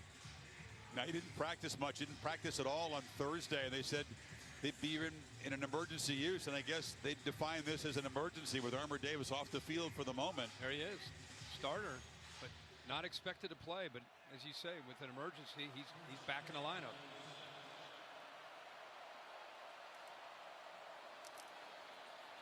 And Davis Price has some room, makes a cut, loses the football on the ground, a scramble for it, and the Crimson Tide come up with it. So that time, Davis Price could not hold on to the ball, and Toto ripped it out. Yeah, Toto gets the ball out, a huge gain. I mean, what patience by Ty Davis Price to let that hole open up, but give Henry Toto credit for ripping it out of there. And then after that, that ball was free for a while. There were a couple LSU players that had a chance to get on top of it. Watch him rip that ball out of there. It's like Mathis came up with it. Mathis eventually, look at the lineman. I mean, he got a chance. Shanahan, who's a center, is used to handling a ball, but his momentum took him by the ball, and eventually the big fellow, 48, Mathis, comes up with it. The difference between Shanahan making that recovery at the Alabama 42 with a first down versus giving Bryce Young the football up 7 here. This LSU defense, which was strong at the start, got a couple of key third down stops, but vulnerable late in the half. Now has to try to keep this a 7-point game. And Young on a slant, threw it into traffic, tried to find Williams. That was an excellent play by Dwight McLaughlin coming back. McLaughlin does an incredible job of jumping this route, expecting it. Watch him, sees the slant, reads it, and then ends up beating Williams to the spot with the ball.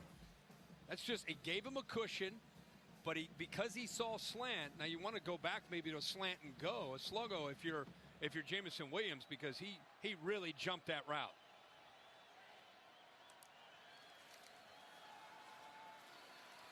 Launches downfield, there's Williams, he's got it, touchdown Tide.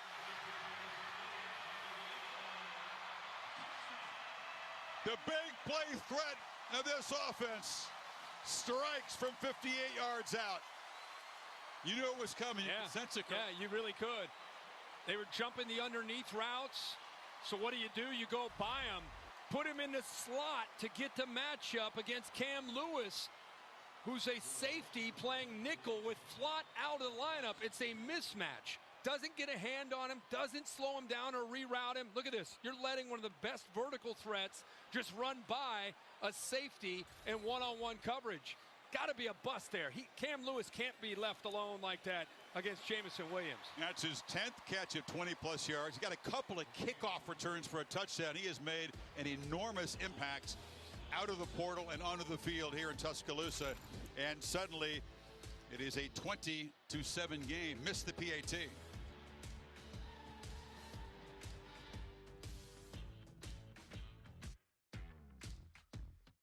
Toto forces the fumble by Davis Price. Mathis recovers it. And then finally, the deep strike. There's the good look at Bryce Young. His focus downfield. You just kind of had a feeling with LSU, the way they were playing defense, make them pay for it. Bryce Young gets time and does that very thing. Hooch kick here, and it's going to be fielded on a couple of hops at the 20-yard line. And LSU will take over there. Suddenly down by 13 points. Tuesday on ESPN, women's college basketball. South Carolina ranked #1, taking on the NC State. Kansas and Michigan State, part of the State Farm Champions Classic. The rankings will be revealed, edition number 2 at 9 o'clock Eastern time. You guys in New York for that? Heading up to New York for that, yep. Well, the missed PAT by Reichert's a story. He doesn't miss kicks of any kind, field goals or PATs. Snap in the hole, not well executed there. And now the ball is just snapped, but nobody was ready for it. Johnson was confused. It actually bounced off the chest of the back Kiner. Like the center, Shanahan hesitated. He kind of brought the snap up, then stopped. Watch 56. Before that, he moves himself. So he bounced off Johnson's chest. Yeah. Delay game on the defense. Number 10, using the clap signal for disconcerting signal. That's where the umpire. 5-yard penalty, first down. The umpire. That's where the quarterback wasn't ready. He wasn't the one clapping. Well, the umpire who's right next to these linebackers, he heard Henry Toto barking out a cadence that affected Shanahan in the snap from LSU, and so it ends up going against Bama. First down and 5. They fake it to Kiner. Johnson wants to throw a slant, but well covered there. Breaking up the play was Josh Jobe, who we said is the emergency corner, the one-time starter. Remember we talked about the hit by Will Anderson? What's been the change since then? I said that may have ignited that Alabama defense and eventually their offense. Look at this. From that hit, look what LSU's offense has done. It's amazing how one play can spark a team's energy, and I think that play, Will Anderson deserves a lot of credit, not just for the play, but what it did to the stadium and to his defense. And the offense, too. You're right. Yeah. 3 straight touchdown drives for Alabama. Yep. Let's go back to it. It's worth looking at. This guy's making plays all year. He's leading, but this is a quiet stadium until this play right here. They followed it up with a great play. The very next play, they got off the field, and it's just the game has felt different from that point on. So give 31 a lot of credit for changing this game, the tone of this game.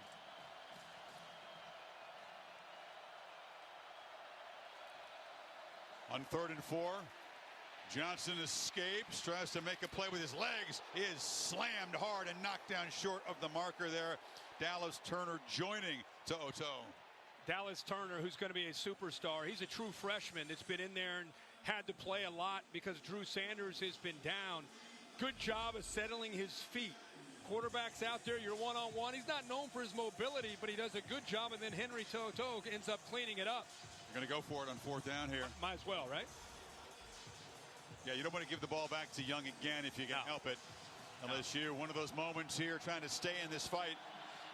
Need about 1.5 yards.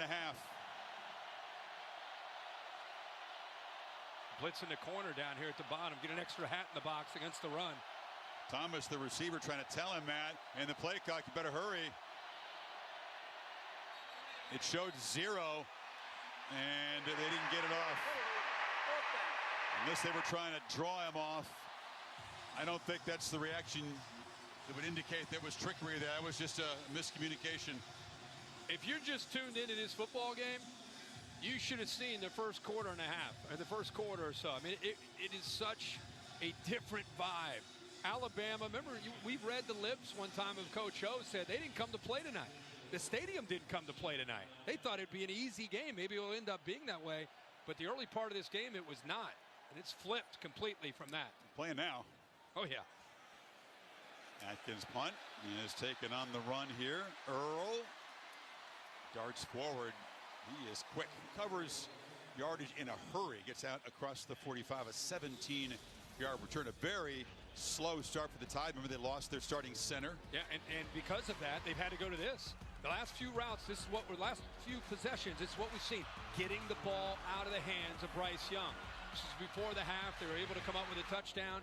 A lot of those answers were, look at the time. I mean, this time now he's got a better job of protecting, tacks downfield, but a lot of the job that Bill O'Brien did to help that young right tackle out, Damian George, is just getting the ball out quicker against the pressure that Durante Jones has dialed up from this LSU defense. On the end around, there's Williams trying to make a big play in the ground game. Got about 10 times as many pass yards as rush yards. You don't see Alabama, by the way, leading by a couple of scores with now 27 yards rushing. They've not been able to get Brian Robinson much space against this LSU front. Keep in mind that offensive line with reshuffling the deck and moving Chris Owens to center and George to right tackle. They're not necessarily dominating the line of scrimmage, so they've had to rely on Bryce Young and the receivers.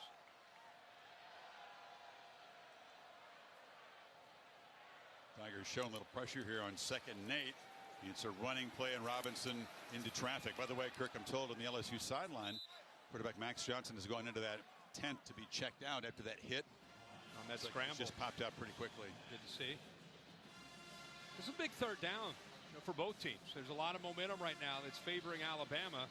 They'd love to see that continue. And LSU, they're just trying to stop, get any kind of stop, try to slow down what Alabama is doing right now. It's been all Williams and Mechie, each with 8 receptions.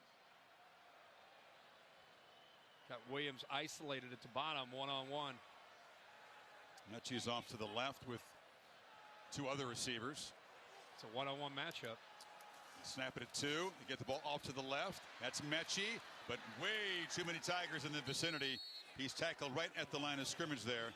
Damone Clark got him, and it is a 4th down stop for LSU. Yeah, good stop by the Tigers defense. Really surprised that they didn't try to get the ball to Jamison Williams just because he had one-on-one coverage against a corner that he can win against without safety support. Instead, he throws it to the left to the bunch formation. There he is, isolated one-on-one against Darren Evans. Instead, he goes over to Mechie, and you got a lot of defenders there. So with LSU's offense fumbling early in the 3rd quarter and struggling, that was an enormous moment for the defense, and they rose to the occasion to get off the field. The punt will be down inside the LSU 10, and Johnson is okay. Back to work, down by 13 now. The car wash, Kirk, the Saban car wash. You come off Nick's staff, you pull in, and you come out with a brand new car. McElwain up to Colorado State. Kirby Smart to Georgia, of course. He's still there. Lane Kiffin to Florida Atlantic, and now, of course, at Ole Miss. Now to Steve Sarkisian. Get the Falcon car. Pruitt had to go at Tennessee. Sark takes a lap, right? Because he came back to Alabama. Yeah, that's right. Back through the car wash, comes out burnt orange. And then Bill O'Brien. Where's Bill O'Brien? He's still in the car there. He's still in there. That's pretty good. Brian Dable. Bill O'Brien told us he's in no hurry to get back and be a head coach at this point. He was at the Texans enjoying calling plays for Nick Saban. I had a chance to catch up with him yesterday, and what I really love about it is he said he's loved being back in the college game, and loves working with Coach Saban. And as you said, he's not in a hurry at all, but a name to remember sometimes is people are looking for college coaches. Johnson on the move here and will scamper out of bounds across the 15-yard line.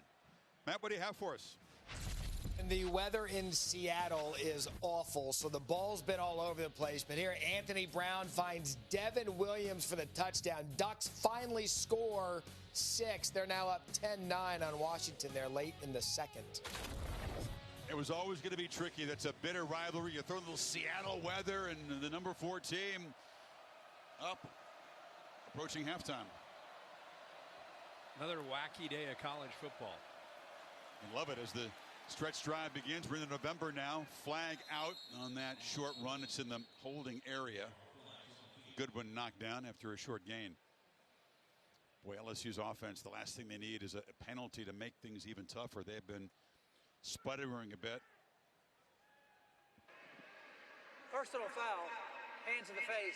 Number 57 on the defense. Corrections. Number 48 on the defense.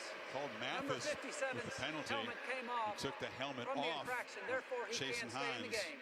First down. Chasen Hines, 57, right guard. Watch his helmet come off. 48. Mathis gets his hand up into the face mask and knocks the helmet off. It's a 15-yard penalty, and LSU all of a sudden kind of pinned back deep in their own territory. Now they've got decent field position. Ball to 34 now. Hard to drive the ball, man, on this Alabama defense. You need some explosives. It's tough to do it. 12 and 13 plays. It's good one inside. The 7th penalty, by the way, on the Crimson Tide. Tim Smith wrapping up the ball carrier. You know what I mean? I mean, you've got to rely on these young receivers. You know, that's the biggest thing that they need. With Keyshawn Butte out, who is a difference maker, an elite difference maker, you're turning to a lot of true freshmen. And a lot of these true freshmen have tremendous upside, but they're just young guys that got to go up against a talented secondary like Alabama, but you got to hit some big plays. Yeah, Butte had 9 touchdowns in the 6 games that he's played. He's still got 10 more catches than anyone on the team. Right. He's been out 2 games. Yeah.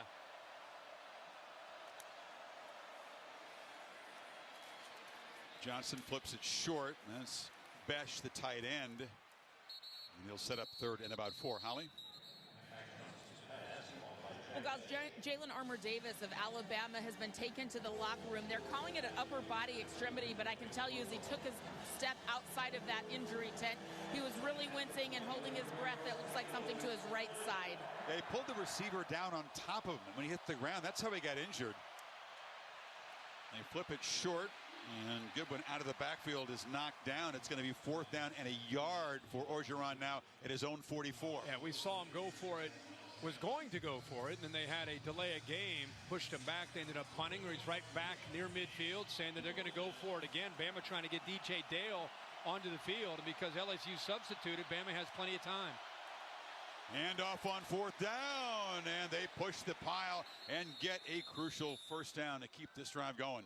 That's tough to do, right? When Bama knows that you're going to run up the middle, 4th down and short, you have Besh, who's really not a tight end, lined up as a tight end trying to block Will Anderson, who got down just a little bit late before he could make an impact on that play. So the Tigers do pick up the first. Did you say block Will Anderson? They haven't done that all night. He's made 9 tackles, 4 of them behind the line, sack and a half.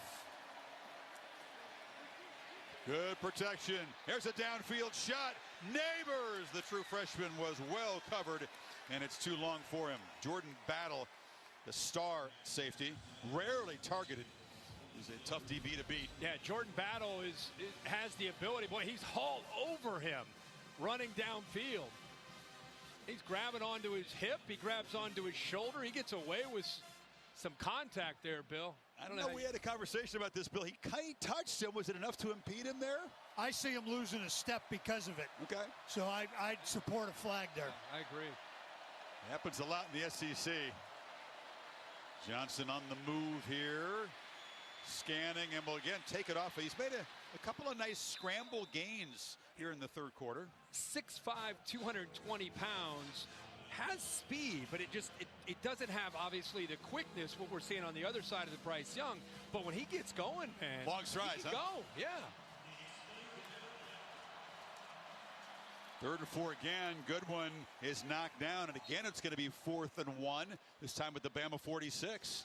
Pretty good push in the middle. They're just getting pressure off the edges there. Now, what do you call, Coach? Are you going to test the middle of this Alabama defense again on 4th down? They got it last time, but barely. I don't know if you can go inside there again, although they are getting a pretty good push. Dallas Turner, the middle linebacker, out of the game. Different formation.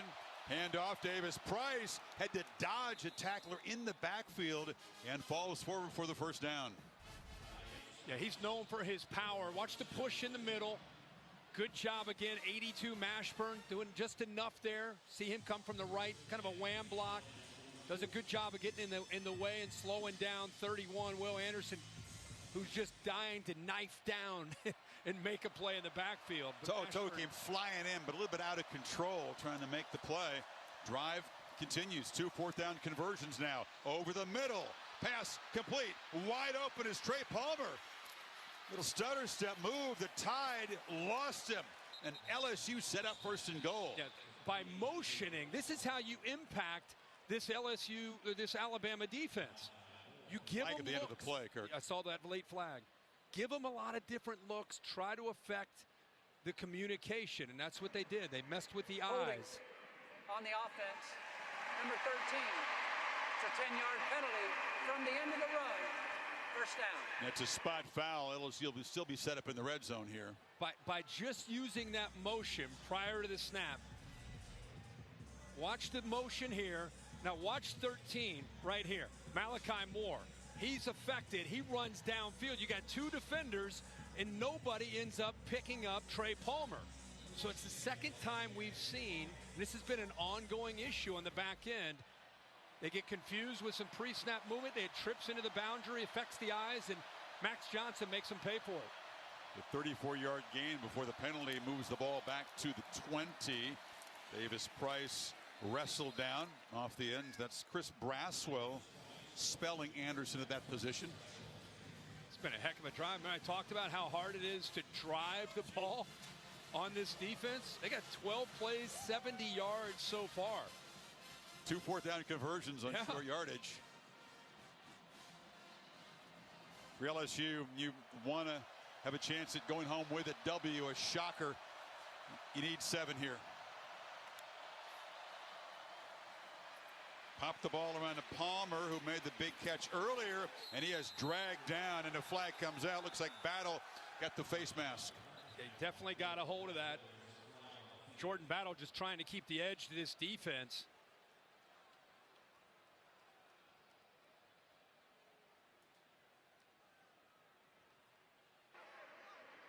Personal foul, horse collar tackle on the defense. Half the distance. It wasn't a face mask. They called a horse collar kind of in the front of the jersey, Bill, that time. If you're at the side or the back, that would be a horse collar tackle. But Bill, take a look at this. Yeah, I disagree with the call. Yeah, I didn't see He's got him from the front. That's not really the intention of the rule, is it? They try to prevent that tackle from behind. He grabbed the shoulder pad as much as the jersey. Exactly. So I didn't think that was a call at all. It looked at the end of the play like he was looking for some help from another official, but nobody could get the view to help him. Tigers catch a break.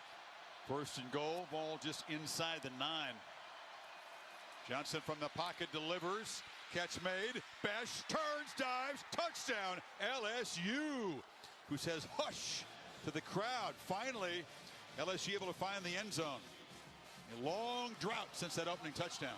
That's a great matchup for them. Watch him go up against Harris. 8 does a good job of feeling this. Look at this. Look at the cushion there. You can see that Max Johnson trusted, gets the ball out, and then he makes a nice play after the catch to get it into the end zone.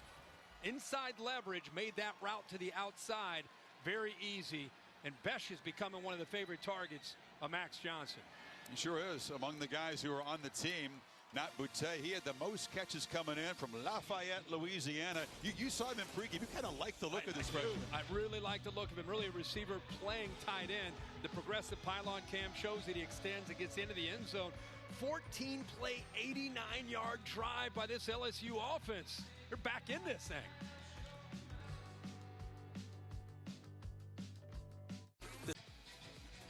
Bet they can hear this music in the blimp. Goodyear providing the aerial coverage, plays that move you forward. Goodyear more driven. They did not. Hey man, they did not buy cheap speakers for. Let me just say, Brian Denny when they redid it. Game ops has never been a bigger deal in college football and in sports than right now. If you're looking to visit this stadium and come listen to a seminar on game ops. They got it figured out here. Well, they make the experience fun for the fans. A lot of times, they'll kind of rely on the brand, but now these days fans want to show. The TV breaks are as exciting as the game. All straight celebration moment today. How about Purdue? All this talk about they might pull off an upset, I thought it was too much talk. I thought Michigan State would be ready. They were ready. Guess what? Didn't matter. Purdue with a statement win. And Jeff Brom, he already knocked off Iowa when they were at number 2. And again, they knock off another team that had big dreams. They take down Michigan State after the big win last week that the Spartans had against Michigan. Robinson is slammed down in the backfield. Quick penetration by Jaquelin Roy.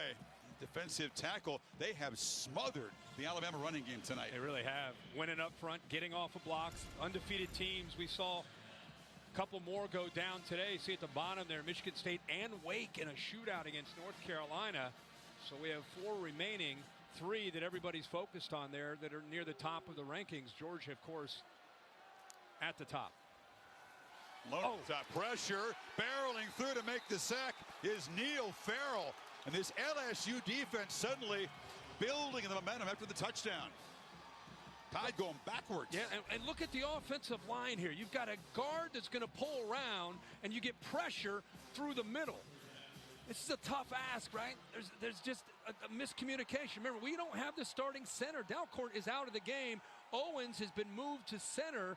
And on that protection there, nobody picks up the big fella, Farrell, right in the middle of the defense. Interior D-line has made back-to-back big plays. And it's 3rd and 23 for Young.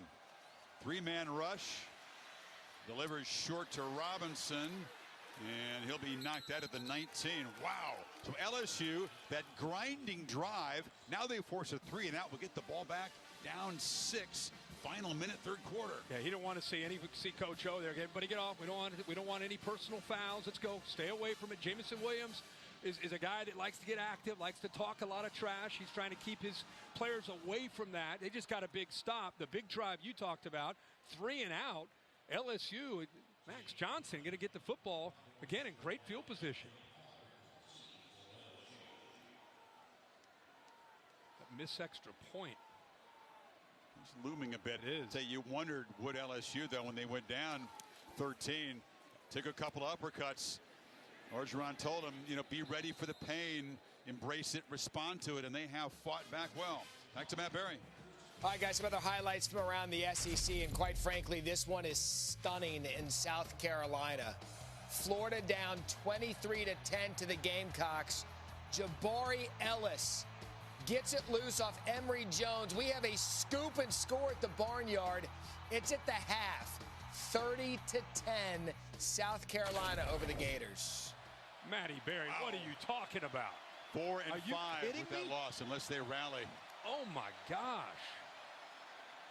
Johnson gets it off, and the catch is made underneath again by the young tight end Bash, who just caught the touchdown. Battle on the tackle. Texas A&M and Ole Miss, that's where College Game Day built by the Home Depot. Go back to the Grove. We had such a wonderful time there back in the day in 14.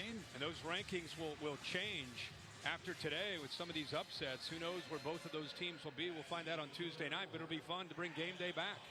And beating Auburn, Ole Miss beat Liberty. Final quarter coming up, and the Bayou Bengals very much hanging around, down only 6 after these messages. We're back for the fourth quarter.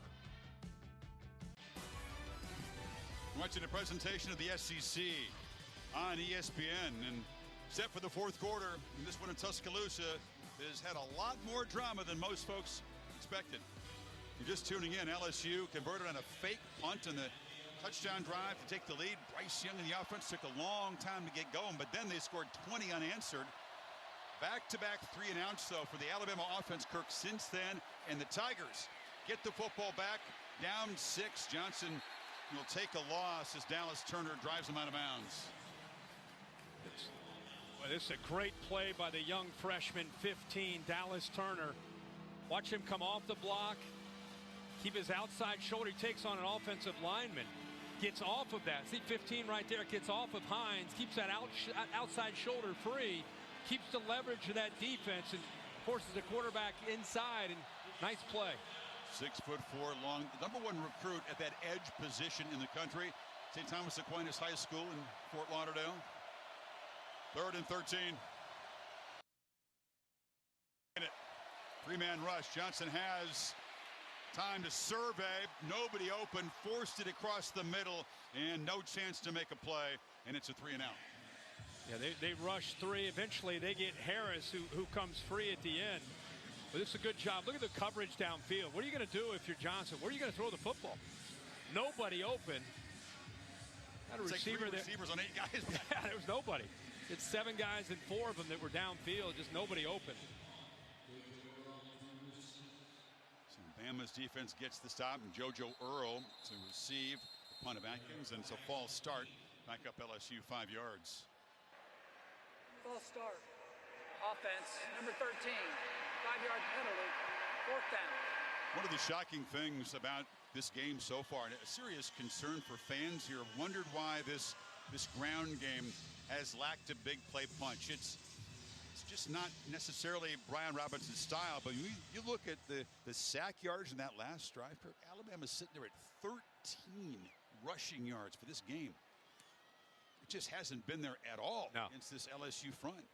And again, I think a lot of that has to do with that offensive line. And what we see LSU with Durante Jones, he's brought pressure on Bryce Young. I mean, that's been the answer, is to try to come after this offensive line and come after Bryce Young. But to their credit, as this game has gone on, we've seen Bryce Young get a little bit more time, get the ball out a little bit faster. But that is LSU's plan. They have been blitzing him, and you can see as this game is wore on. Look at Bryce Young against the blitz, 12 and 19, 155 to the 2 scores. I don't think LSU will change that plan. I think you'll still see them with those backers that are going to be coming after him. See if Bill O'Brien remains patient with the running game, where just turns Young loose as a passer. That's a short catch. Bolden with a stiff arm, driven out after a 7-yard gain. All things considered, with how young this secondary is and what's been asked of them to try to stay with Jamison Williams and John Mechie and Bryce Young, think about that. You don't have Eli Ricks. You don't have Derek Stingley. You're playing with guys that are good players, but pretty inexperienced. These guys have played well. The plan's been great to try to keep the ball in front of them. They've done that for the most part. It's been a heck of an effort tonight by LSU.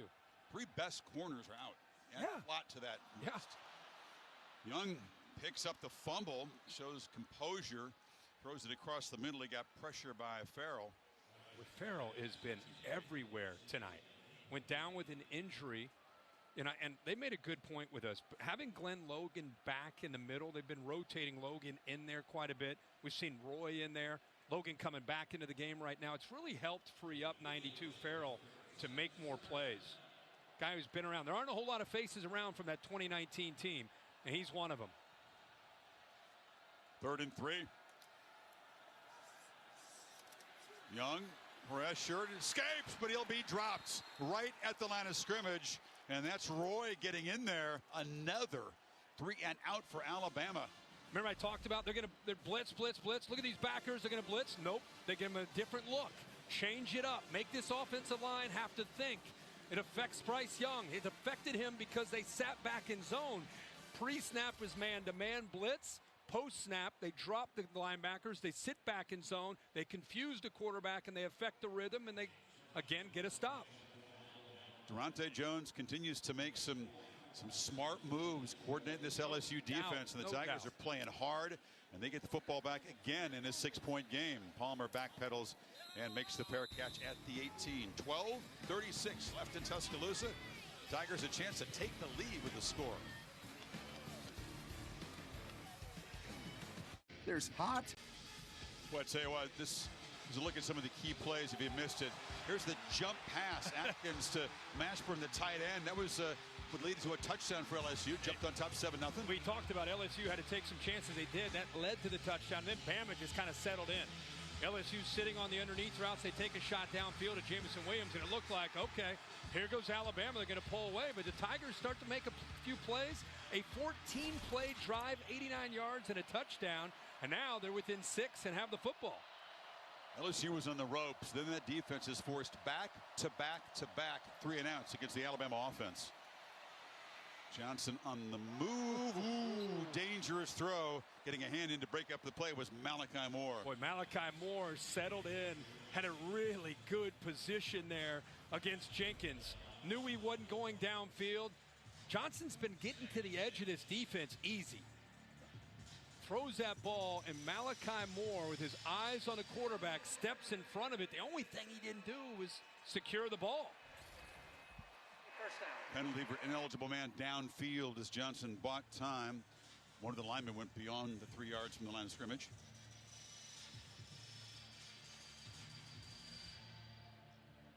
Penalties have not been a problem for LSU really most of the year. They had a lot of problems. Penalties not one of them. That's the 6th tonight. Makes it 1st and 15. Field position important late in a game like this. They need to be able to move the ball a little bit just to try to, if nothing else, they don't want to give Alabama great field position, and Bama's thinking the opposite. Alabama wants to keep them right where they are to get a decent return from JoJo Earl. Long throw, far side.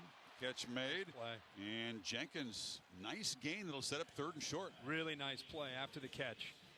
That's an important play in his football game, and not just accepting that he made a catch. If they tackle him right there, it's a 2-yard gain, and instead it's a big gain. It sets up 2nd and 2. Good effort there. Not to just catch that ball and be satisfied with that. We've got Goodwin, their smaller back, in the game in the 2nd and 2. They fake the reverse. Johnson lofting it downfield and way overthrown. It was Goodwin out of the backfield. went out of bounds, covered by Moore. Holly?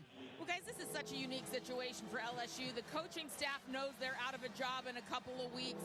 A lot of players are sitting out or injured, and yet here they are, only down by 6 to one of the best teams in the country.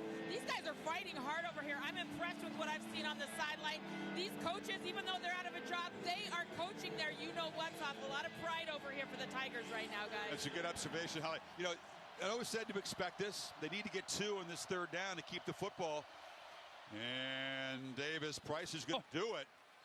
They've been able to convert on 3rd and 4th short yardage. They really have. I mean, the toughest thing to do against the Nick Saban defense is run into the teeth of it, right? In between the tackles.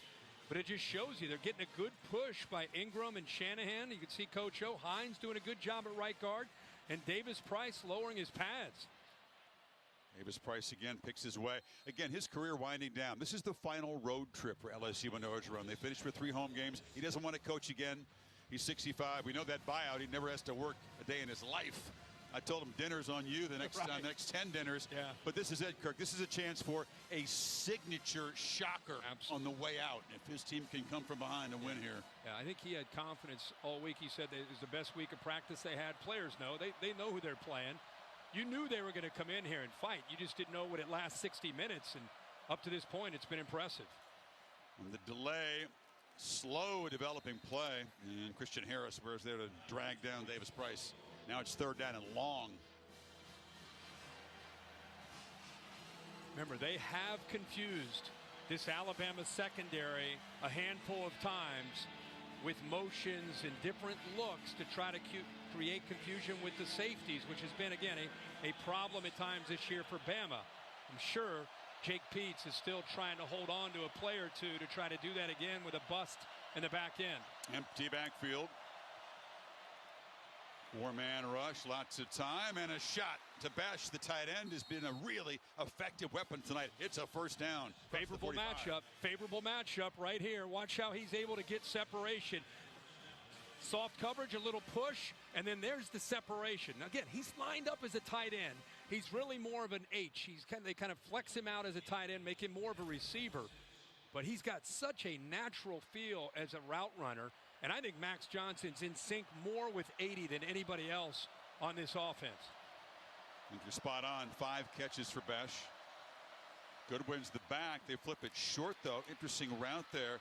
And then it's John Trey Kirkland making the catch, still fighting for yards. He has slammed down hard. And there's a little scuffle after that. Tigers did not like the way he was tackled at the end of the play. This kid, Kirkland's got versatility. What I like there is he waited. I loved how he waited and waited for the line to eventually get there. Good patience. Then he gets behind that convoy and picks up good yards. Kiner running, still fighting. He'll be about a yard short of the mark. Another 3rd and short. Got a couple plays to pick it up here. The big fella's not in there. You know, they don't have Davis Price. They'll go with the young back. On 3rd down, they do hand it to Godwin. He didn't have a lot of heft to him. He's really been 185 pounds. Comes from Birmingham, so near his home territory here. It's yet another 4th and short now. Yeah, but that time you saw a different push from Alabama, and I think Will Johnson was right in the middle of that. Or Will Anderson, rather, right in the middle of that, with helping on that push. Going to bring in Davis Price now. Yeah. He's carried a couple times for 1st downs on 4th and short. Garrett Dellinger makes it 6 offensive linemen look here. Another one of those crucial plays for this Bayou Bengal offense. Davis Price, 1st down and a lot more. Breaks into the secondary and is finally dragged down inside the 10 by Battle.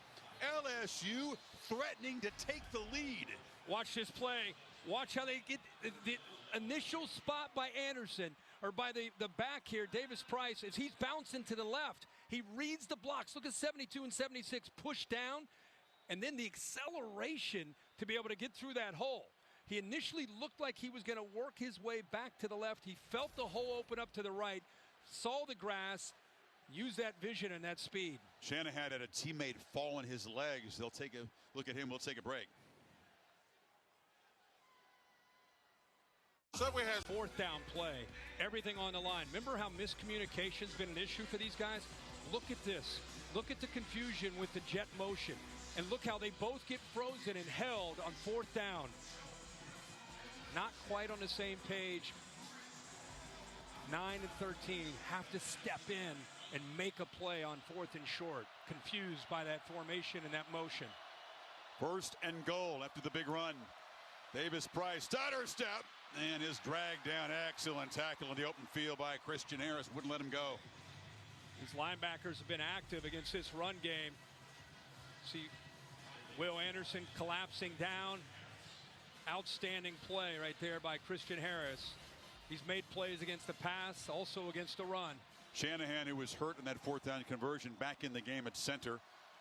Second and goal. This is good stuff. LSU, massive underdogs, trying to take the lead. Tide defense trying to preserve it here.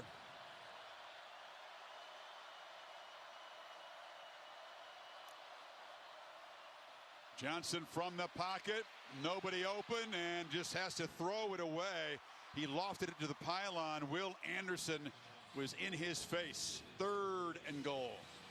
Pete Golding, Nick Saban going with a matchup zone. Eyes on the quarterback, heads on a swivel, taking away all the crossing routes. Great disciplined defense there. And Max Johnson, all he could do is throw that ball away. Where can he find a play? Is it Jack Besh, the tight end, number 80, who's been an effective weapon? This is where Jake Peets has got to find his matchup. One of the young receivers. Can he get that separation and win one-on-one? And Coach O calls a timeout. Yeah, he had to. The play clock was winding down there, trying to get things lined up there. An enormous 2 plays ahead in this college football season.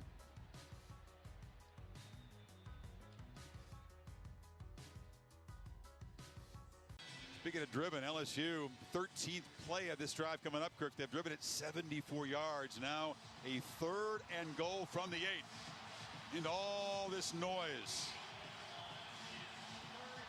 I got Trey Palmer in the slot against Malachi Moore. Plenty of time on the play clock. Johnson swallowed up. Ball is loose. Mathis going for it. He's got it at the 20-yard line. Alabama's defense rises up to make an enormous play as they try to stay alive in the playoff chase.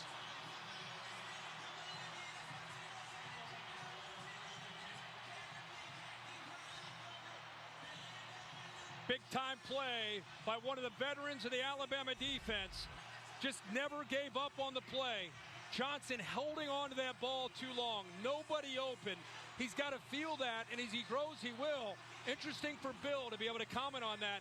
I don't know if that ball was knocked loose. I think his arm and hand were coming forward, Bill, and the ball came out. Plays under review right now, but I see him in firm control. Rolling on the field with a fumble recovered by Alabama.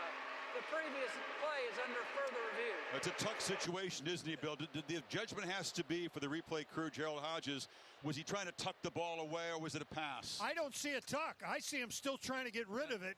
I have a forward pass on this I'm with you, Bill. And initially, when Mathis made contact, the ball didn't come out. So he still has firm grasp of the ball, and then he starts to bring his hand forward, and the ball comes out.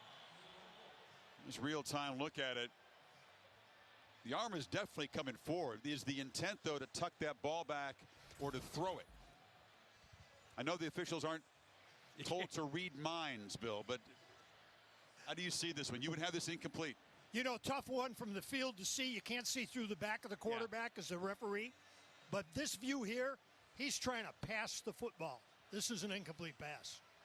Mathis, you're right, though, made an enormous play. One of those Louisiana natives. He comes from Wisner, and he not only forced that fumble, but recovered it back at the 20. And see if it stands. Gerald Hodges, the replay official, along with Matt Leffler. It's going to be 4th down if it's an incomplete pass. 4th and 8, and a decision for Orgeron if he gets a chance. After review, the quarterback's hand was going forward, therefore it's an incomplete pass. The be 4th down and 8. 4th and goal on the 8-yard line. Another look at it. Again, the important thing is he didn't lose control of the ball there. I thought Mathis may have dislodged the ball, but he did not. And then the arm comes forward. That's why see Coach O with They're going for it. Yep.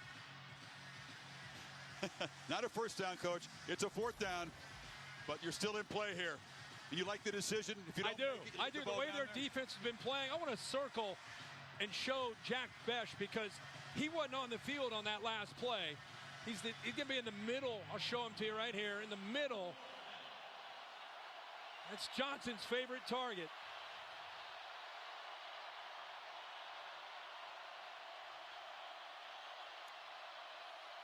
Johnson looking right, scanning across the middle, leaping, and it's incomplete. It was over the hands of Trey Palmer, and Bama's defense makes a stand. Orgeron choosing not to cut the lead to 3 there with the field goal. Heck of a play by DeMarco Helms. Watch this move right here.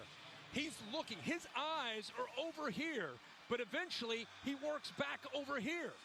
Heck of a play. Read the quarterback's eyes, came off of the receiver, followed the eyes, led him over to be able to be there just in case to help out with Brian Branch. I like the call because LSU's defense has been playing great, and now you have Bryce Young pinned inside the 10-yard line. I think it's worth taking the chance. So close to a touchdown there, just over his fingertips. And now Alabama, 6:46 to bleed out to protect this precarious lead.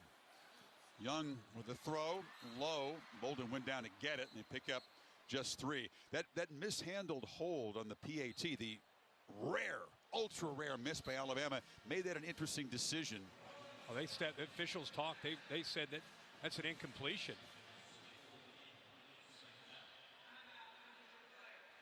Looks like Darius Jones is down. We've talked all night. Looks like they're looking at his right hand, maybe his right finger, index finger. Talked all night about this secondary and how they've had to fight through injuries all year. They're going to get him up.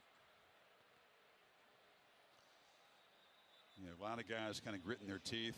Yeah. And he's an inexperienced corner, pressed into duty because their top 3 guys are injured.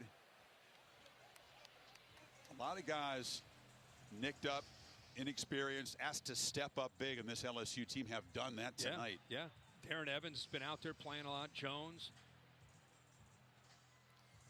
Alabama still no running game, Kirk. You'd think a vintage Crimson Tide offense, certainly a great chance to grind it out, protect the lead. Tonight they've had 0 on the ground. Empty backfield.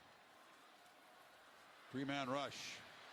Rice with time. Send there flat-footed at the goal line. That delivers the throw, and Bolden makes that catch, and they move the sticks across the 20. Good job of just sitting back, waiting for it. Nice adjustment there by the receiver. Slade Bolden, he had all kinds of time, and eventually Bolden finds its soft spot, dropping 8 into coverage. If you pressure him, he's still pretty good. If you don't pressure Young, forget about it. He is frighteningly efficient. Clean pocket. He's been almost impossible to stop this year. That's a quick throw. Williams goes up high and just darts out of bounds after the catch. Gotta love Bill O'Brien, offensive coordinator and play caller, in the approach. You know, that he trusts his young quarterback. You know, he's gonna. He told me something last night. He said, you know, this guy is so cerebral. He's all about prep. He said by Tuesday, he's talking to me like I'm talking to one of these NFL quarterbacks about game planning. He's helping me with the game planning, which is pretty unique from such a young quarterback. He says no one does it that early in the week. Yeah. Comes in Tuesday ready to go. Robinson takes a hit. They're able to move the 6 that time, and that'll take it down under 5.5 before they have to snap it next time. When in doubt, go behind the big guy, Evan Neal, on the left side, 6'7", 350. See, Kirk, no running game all night. Still sitting there, just 17 rushing yards. Can they find one here with Robinson, or will it be those short control passes? I think it's trust a quarterback, mix in run when you have to, but try to trust Young and try to find some easy throws, and don't take the sack. Just throw it, but be safe with it. And Young delivers a very safe throw. Williams makes a pivot. Ooh, almost ran free. Is tackled near the 50. Evans made the tackle. Yeah, I mean, you're on an island out there, and you got to tackle one of the best receivers in the country. You know, it's not just a little 8-yard out. It's what happens after that 8-yard out. Trying to bring him down, and eventually he gets some help by the big linebacker, Clark. If you're LSU, can you afford to leave a cushion for these receivers as you have a lot of the night, though? Do you have to get up and play a little more aggressive? Well, they've been winning up front. They haven't had to worry about that. Comes pressure. It's picked up, and the ball incomplete. Williams just let that ball go right past him.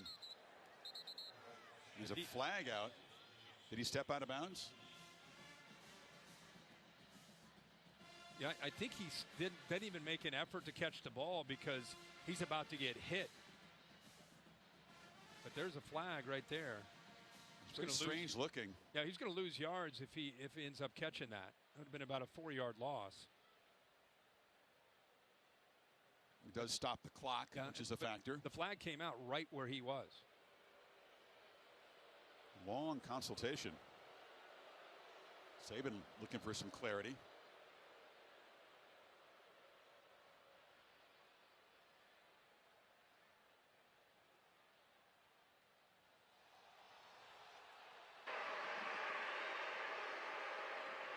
The ruling is intentional grounding on the offense, number 9. Number 1 was an ineligible player. He was covered up on the play. Therefore, the pass was thrown to an ineligible player. That's intentional grounding. That would explain. It's a loss of down. Second down. Here we go again with the intentional grounding interpretations. That explains why Williams has let the ball go. This is the second time this year I've heard about this call. This receiver out to the outside is eligible. The guy to the inside is not eligible. That's why he doesn't even attempt to catch the ball. That's probably why he didn't reach for it. He probably realized it. Yeah. At the same time, what was Bryce Young thinking? I mean, he's always making such good decisions. Shocked that he thought that Jameson Williams was an eligible receiver. He called the formation, but does he know whether he is or isn't? But well, the clock is stopped, and it's now 2nd and 20. Yeah. Late pressure, Young escapes it. He's got room and scoots for a nice gain. Takes a big shot at the end of the play from Jay Ward. Wow. Pops right up. Yeah, I'd love to see him get up. This is where you'd like to see him slide. Damone Clark, middle linebacker. They've been blitzing him all night. When you blitz, you better have somebody that can help out. But bang, right there. Jay Ward lowers his shoulder. Slider, get out of bounds. Yeah, nice. Yeah, absolutely. Remember, he came at 172 pounds here. He's bulked up 20 pounds. He is not a very thick, strongly built quarterback. He's got a lot of attributes, but you don't want him taking shots like that very often. 3rd and 5. Remember, they're showing a lot of blitz all night. Tigers crowd in the line. Nick Saban called a timeout. He is worked up. He is fired up. Alabama. Bama trying to finish the job here. 3:38. And Bryce Young showing some toughness here. Knocked flat. Hops right back up.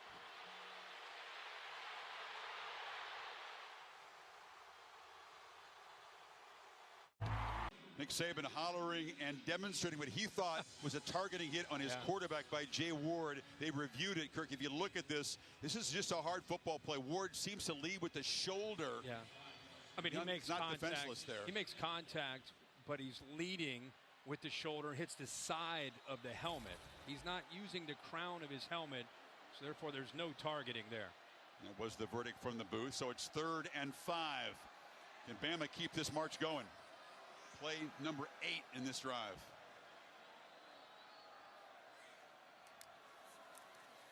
Pressure again. And he's sacked. The ball is loose. A scramble for it at the 41-yard line. 2 guys fighting for the football on the ground. Cameron Lewis knocked it loose. LSU has it in Alabama territory. How about Cam Lewis? To play. Cam Lewis is a 6th-year guy. He's super senior. Makes the play of the game for LSU. Coming off the edge. Able to get his hands on that football and knock it loose, jarred it loose.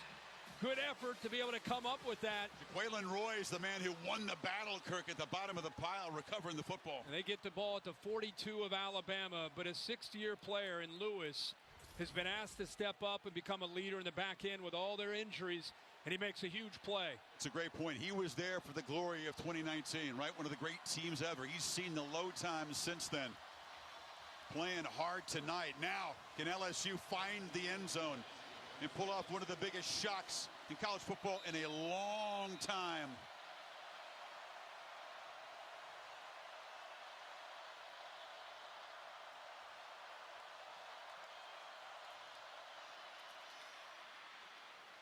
Can Max Johnson come up with something, Kirk, that'll become part of LSU lore? Yeah, Burrow and company came in here and won a couple years ago. That was a great team. This is a team with a lame duck coaching staff that struggled tonight and somehow hung around here.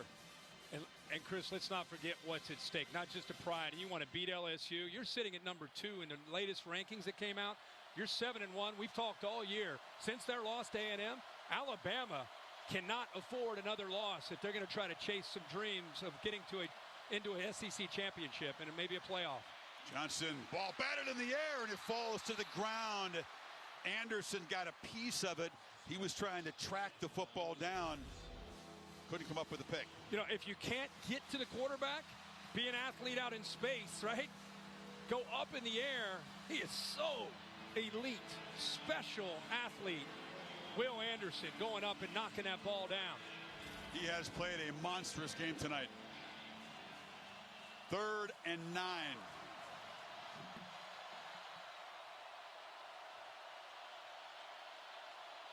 Anderson on the left edge, set to get after the passer again. They block him, but heavy pressure hits Johnson on the throw, and it's 4th and 9. That was DeMarco Helms on the blitz. Coach O trying to call a timeout right before that ball is snapped. I don't think he liked the look. They bring Helms late. Also bring Henry Toto. Just not enough offensive linemen in to try to help out. They had one too many. Look at Coach O at the top. Look at him. He's just about to call a timeout and unable to get it. Here we go. Tigers need 9.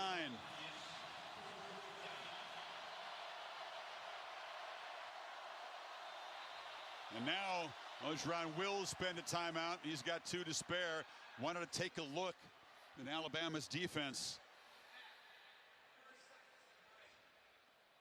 Slammed his headset down. That was frustration from not getting a timeout the play before.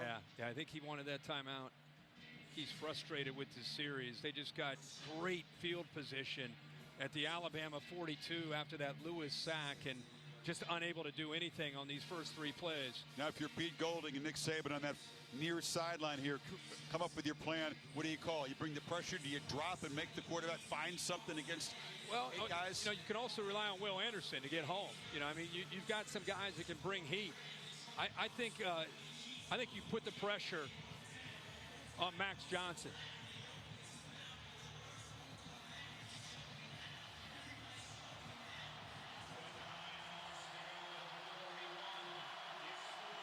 Fourth and 9.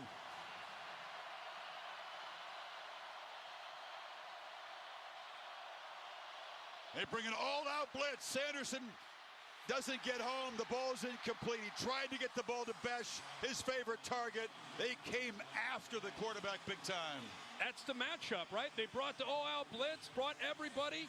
He goes to Jack Besh, who's going to win. You know, this guy has been winning for the last few weeks. He's one-on-one, soft coverage, but look at the pressure. Off of his back foot, tough to throw it with accuracy, and unable to put it in a spot where 80 can go up and make a play on the ball. But that was the matchup. That's who he wanted to go to, was his guy, Besh, against Brian Branch. This is not a position Bama's defense expected to be in tonight. Young with that fumble, and they had to go back on the field and protect this 6-point lead. Now with 2:36 to bleed off this clock, LSU can stop it only once.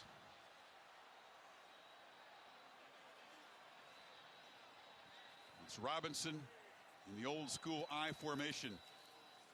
Young kind of stumbled coming away from center. The timing wasn't good, and Robinson picks up a couple.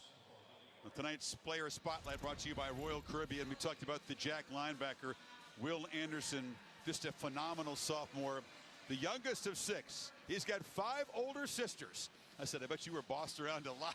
They were all athletic. They kind of roughed him up. They actually made him tough. And here is the family. They kept trying to have a boy, finally got a boy. And mom and dad were excited they could finally raise a football player, but very athletic family, such a supportive family, great family. Great family, great player. He's had an incredible career. With all the losses from last year's national championship team, he's become the guy. When they lost to Texas A&M, it was Will Anderson who stepped up and talked about, hey, we don't have any margin of error. We got to go out and play. Football has to matter to you. Yep. Put everything else away. That speech was where he became really the alpha of this team. Match me, he kept saying, match me, match my effort, my intensity, my commitment. Hard to match the commitment, hard to match the production. By the way, under center with Bryce Young and Chris Owens, not the easiest. They struggled a bit, you're right. Get the ball to Robinson, and he's going to be wrestled down behind the line. LSU spent that last timeout. They can't stop it again. Farrell with the tackle, but it's going to be 3rd and long. They'll get the football back if they can get a stop. Yeah, they will. Probably get it with around about a minute to go. And they can snap the ball about a minute 45 here. It brings me great joy to hit the quarterback. Reiterated that yesterday. It's been a joyful night for him. He's done a lot of that. Looks like Saban's going to let it wind down and spend the timeout using all of the play clock here. 3rd and 10 coming up. Didn't necessarily expect, Kirk, the number 2 team in the college football rankings brought to you by Allstate, to be in this kind of a 4-quarter fight. We knew LSU had talent. They'd play with pride, but this is more than we thought we'd get from this game. 2 losses. Michigan State losing by 11. 2 losses in the top 10. Wake Forest, we knew that would be a shootout, but 58-55. Mac Brown's team victorious. Oregon up there in Seattle was trailing in that game. Sloppy weather, as Matt showed. Now it's 17-9, final minute of the 3rd quarter up there in State Seattle. had a scare in Lincoln today. Cincinnati had a scare against Tulsa at home. Alabama tonight, a scare so far from LSU. This one's obviously not over. You know, the first rankings come out, you think, that shouldn't really be a factor, but you start to see the pressure of the stretch run come into play, the mental challenge of this part of the season. Especially ranked versus unranked. You go in ranked, everything to lose, and you're LSU and you're throwing fake punts on the first series. You know, what the heck? Just you can take chances. That's what you're facing when you're a ranked team in November. Alabama with that big stop, just trying to get out of here. A loss that would have completely shaken up the playoff chase. Knocked the Tide way off the screen. Something that all the other contenders wouldn't have mind seeing, by the way. There were a lot of folks who were rooting for LSU tonight who didn't think they had a chance. Young tried to fool him with a bootleg. He fooled no one and just gets down for a loss. And the play clock will tick down, and they'll punt the ball a little bit less than a minute to go. Good job by the defense, showing discipline. Corner 2, see him to the far right, just in case he's there. McClutheran, good job of staying home. Clock will continue to tick. It'll go down just under a minute. So they'll have out of timeouts under a minute, and probably around, depending where the return is, about 70 to 85 yards. Got to get the punt away, first of all. They did have one blocked here at home by Tennessee. Burnip is a freshman who comes from 10,000 miles away. He flipped from Ole Miss. They offered him a scholarship, but only a 3-year scholarship. The Tide said, we can do better. We'll offer you 4, and they flipped him. And he's the guy that's got to catch this punt snap and kind of get it away. The kicking game's been a little bit of a problem, and you don't expect this from Alabama, but Paul Tyson is the backup quarterback, and he's the first-year holder. And this was in that early field goal. The low kick by Reichert just doinked off the crossbar. That's one thing. But the PAT, again, a mishandled snap. The kick sails wide right, and that kept LSU with some things in play late in this game. Kept it a 6-point game. And And it goes over and practice. You're wondering, had they taken the 3? I agree with you. You go for it down there. They didn't get the 3 points. Had they, though, they would have had the ball back in Alabama territory. Well, they've been aggressive all night with their decision-making, so I think it fits with their approach to the game. I think they had to go for it down there. Nealon Hibbert is a true freshman with the long snapper. He gets it to Burnip, and the other freshman does get it away. It's a short punt, and it's returnable. And out is Palmer. They got some decent field position. Not a great punt. Pretty good return. They're going to be at about their 37 or 38-yard line with 50 seconds to go. All right. See what you can do. No timeouts. Big plays down the field have been really hard to come by for this offense. If you're an Alabama fan, you've watched this secondary all year. You're holding your breath right now. You don't want to see any busts in coverage. Everybody have their assignment. Everybody be on the same page.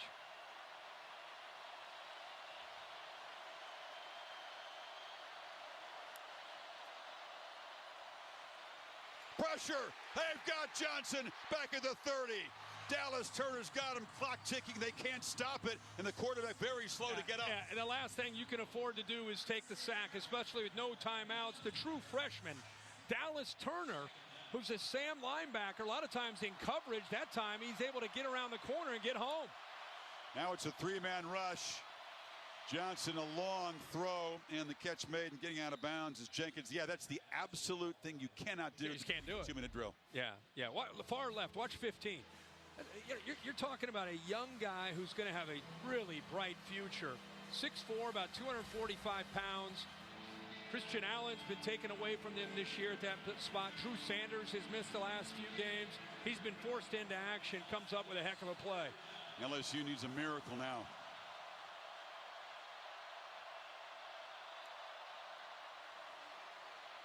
Late pressure, Johnson gets it out, broken up beautifully across the middle. Getting a long arm out there was Brian Branch, and LSU down to 1 play in just 18 seconds. Besh has been running those crossers all night against these safeties, and that time Branch was ready for it, positioned himself, made it really tough in a tight window for Max Johnson.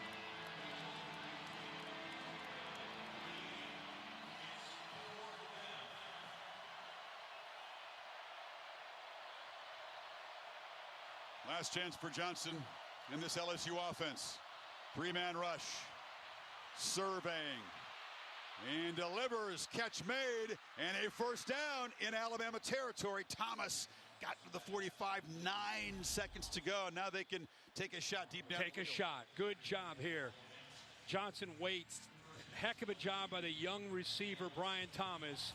Not giving up on that play, having an idea where he needed to get, and then gets out of bounds to preserve that clock at 9 seconds.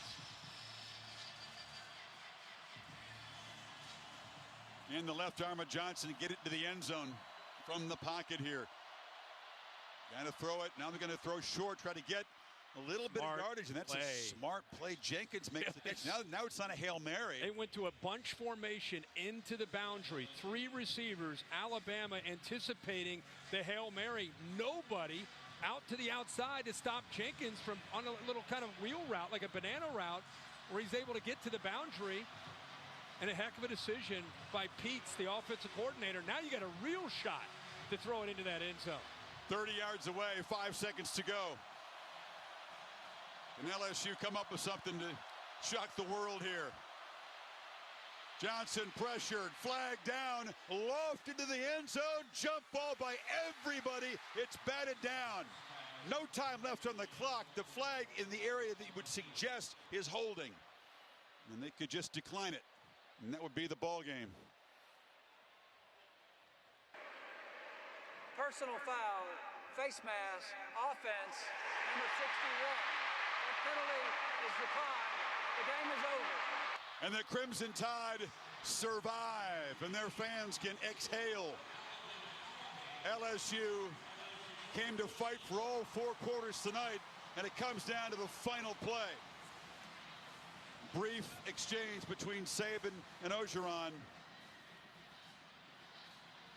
And Alabama gets out of here with a hard-fought victory. Let's get Saban's reaction from Holly. Well, Coach Saban, LSU has the ball. They're going in to tie the game. Your defense stands up. Again, right there, your defense is there. How do you describe the way your team responded to this? Well, you know, the defense did a great job. We got a lot of stops in the second half when it was a one-score game. One on the goal line when it was 3rd and 9 or whatever was really big. But, you know, offensively, we didn't move the ball at all. Lots of 3 and outs. Couldn't keep the ball away from them. So a win's a win. It's always great to beat LSU. We knew they had a good team. They played a really good game, but I'm proud of our players for the way they competed and finished the game. You warned your kids all week that LSU would bring the best against you. How did they respond when they kept getting slugged in the mouth? Well, I think they responded well. I mean, we ended up winning the game. We ended up doing what we had to do to win the game. We didn't get it done on offense, but we did on defense. And it's a team game, and the score is the score, and it only matters when it's over, and it's in our favor. Thank you, Coach. Thank you. Here's the last play. Most of the SEC was in the end zone, kind of jumping for the football here. It wouldn't have counted because there was a flag. Yeah, it wouldn't have counted. It's fun to see. It was. I mean, you kind of hold your breath on these kind of. There's the flag right there, the face mask. You just kind of did a good job of putting it, lofting it up into the air. Look at all those bodies, and a good job. It looked like by maybe Branch. Yeah, just knocked it down. Yeah, that's the way. Don't worry about the interception. Just go up, high point it, and just knock it away. Christian Harris, I think, got his hand on that, and knocked it away. Of course he did. Will Anderson was everywhere tonight. He brought himself great joy by getting to the quarterback a whole bunch, and he's with Holly. Will Anderson, I had to take a double look and see if there were 5 of you out there tonight because you were all over the place. How did you play with such effort and really control this game defensively? You know, games like this, they mean a lot to us, so we have to come out here. We have to be dominant. We have to show that we were relentless with our effort, and we have to play and be on the same page and get the calls and get lined up fast. And I think that was the biggest part. I had a coach tell me that you make this team better just by stepping on the field at practice, in games. How are guys matching your energy right now? You know, they come to practice with a lot of enthusiasm, a lot of energy. You know, we feed off each other. If I'm doing good, somebody else doing good, we feed off that energy so practice can be good, so games can be good, and we all can eat. All right, sounds like you ate tonight. Thank you so much, Will. Thank you. Have a good night. Defense stepped up, and the offense scored only 20 and gained only 6 rushing yards. New Mexico State, a 1-win team. Next up for the Tide, then that stretch run. Arkansas here at Auburn, and that date with the Dogs in Georgia. This was fun tonight. LSU put up a hell of a fight. Yeah, we thought LSU would come in, but I don't know if anybody expected it to be this close. Great effort. That's a wrap tonight from Tuscaloosa. Back to Matt Berry in the studio. This was a lot of fun, Matt.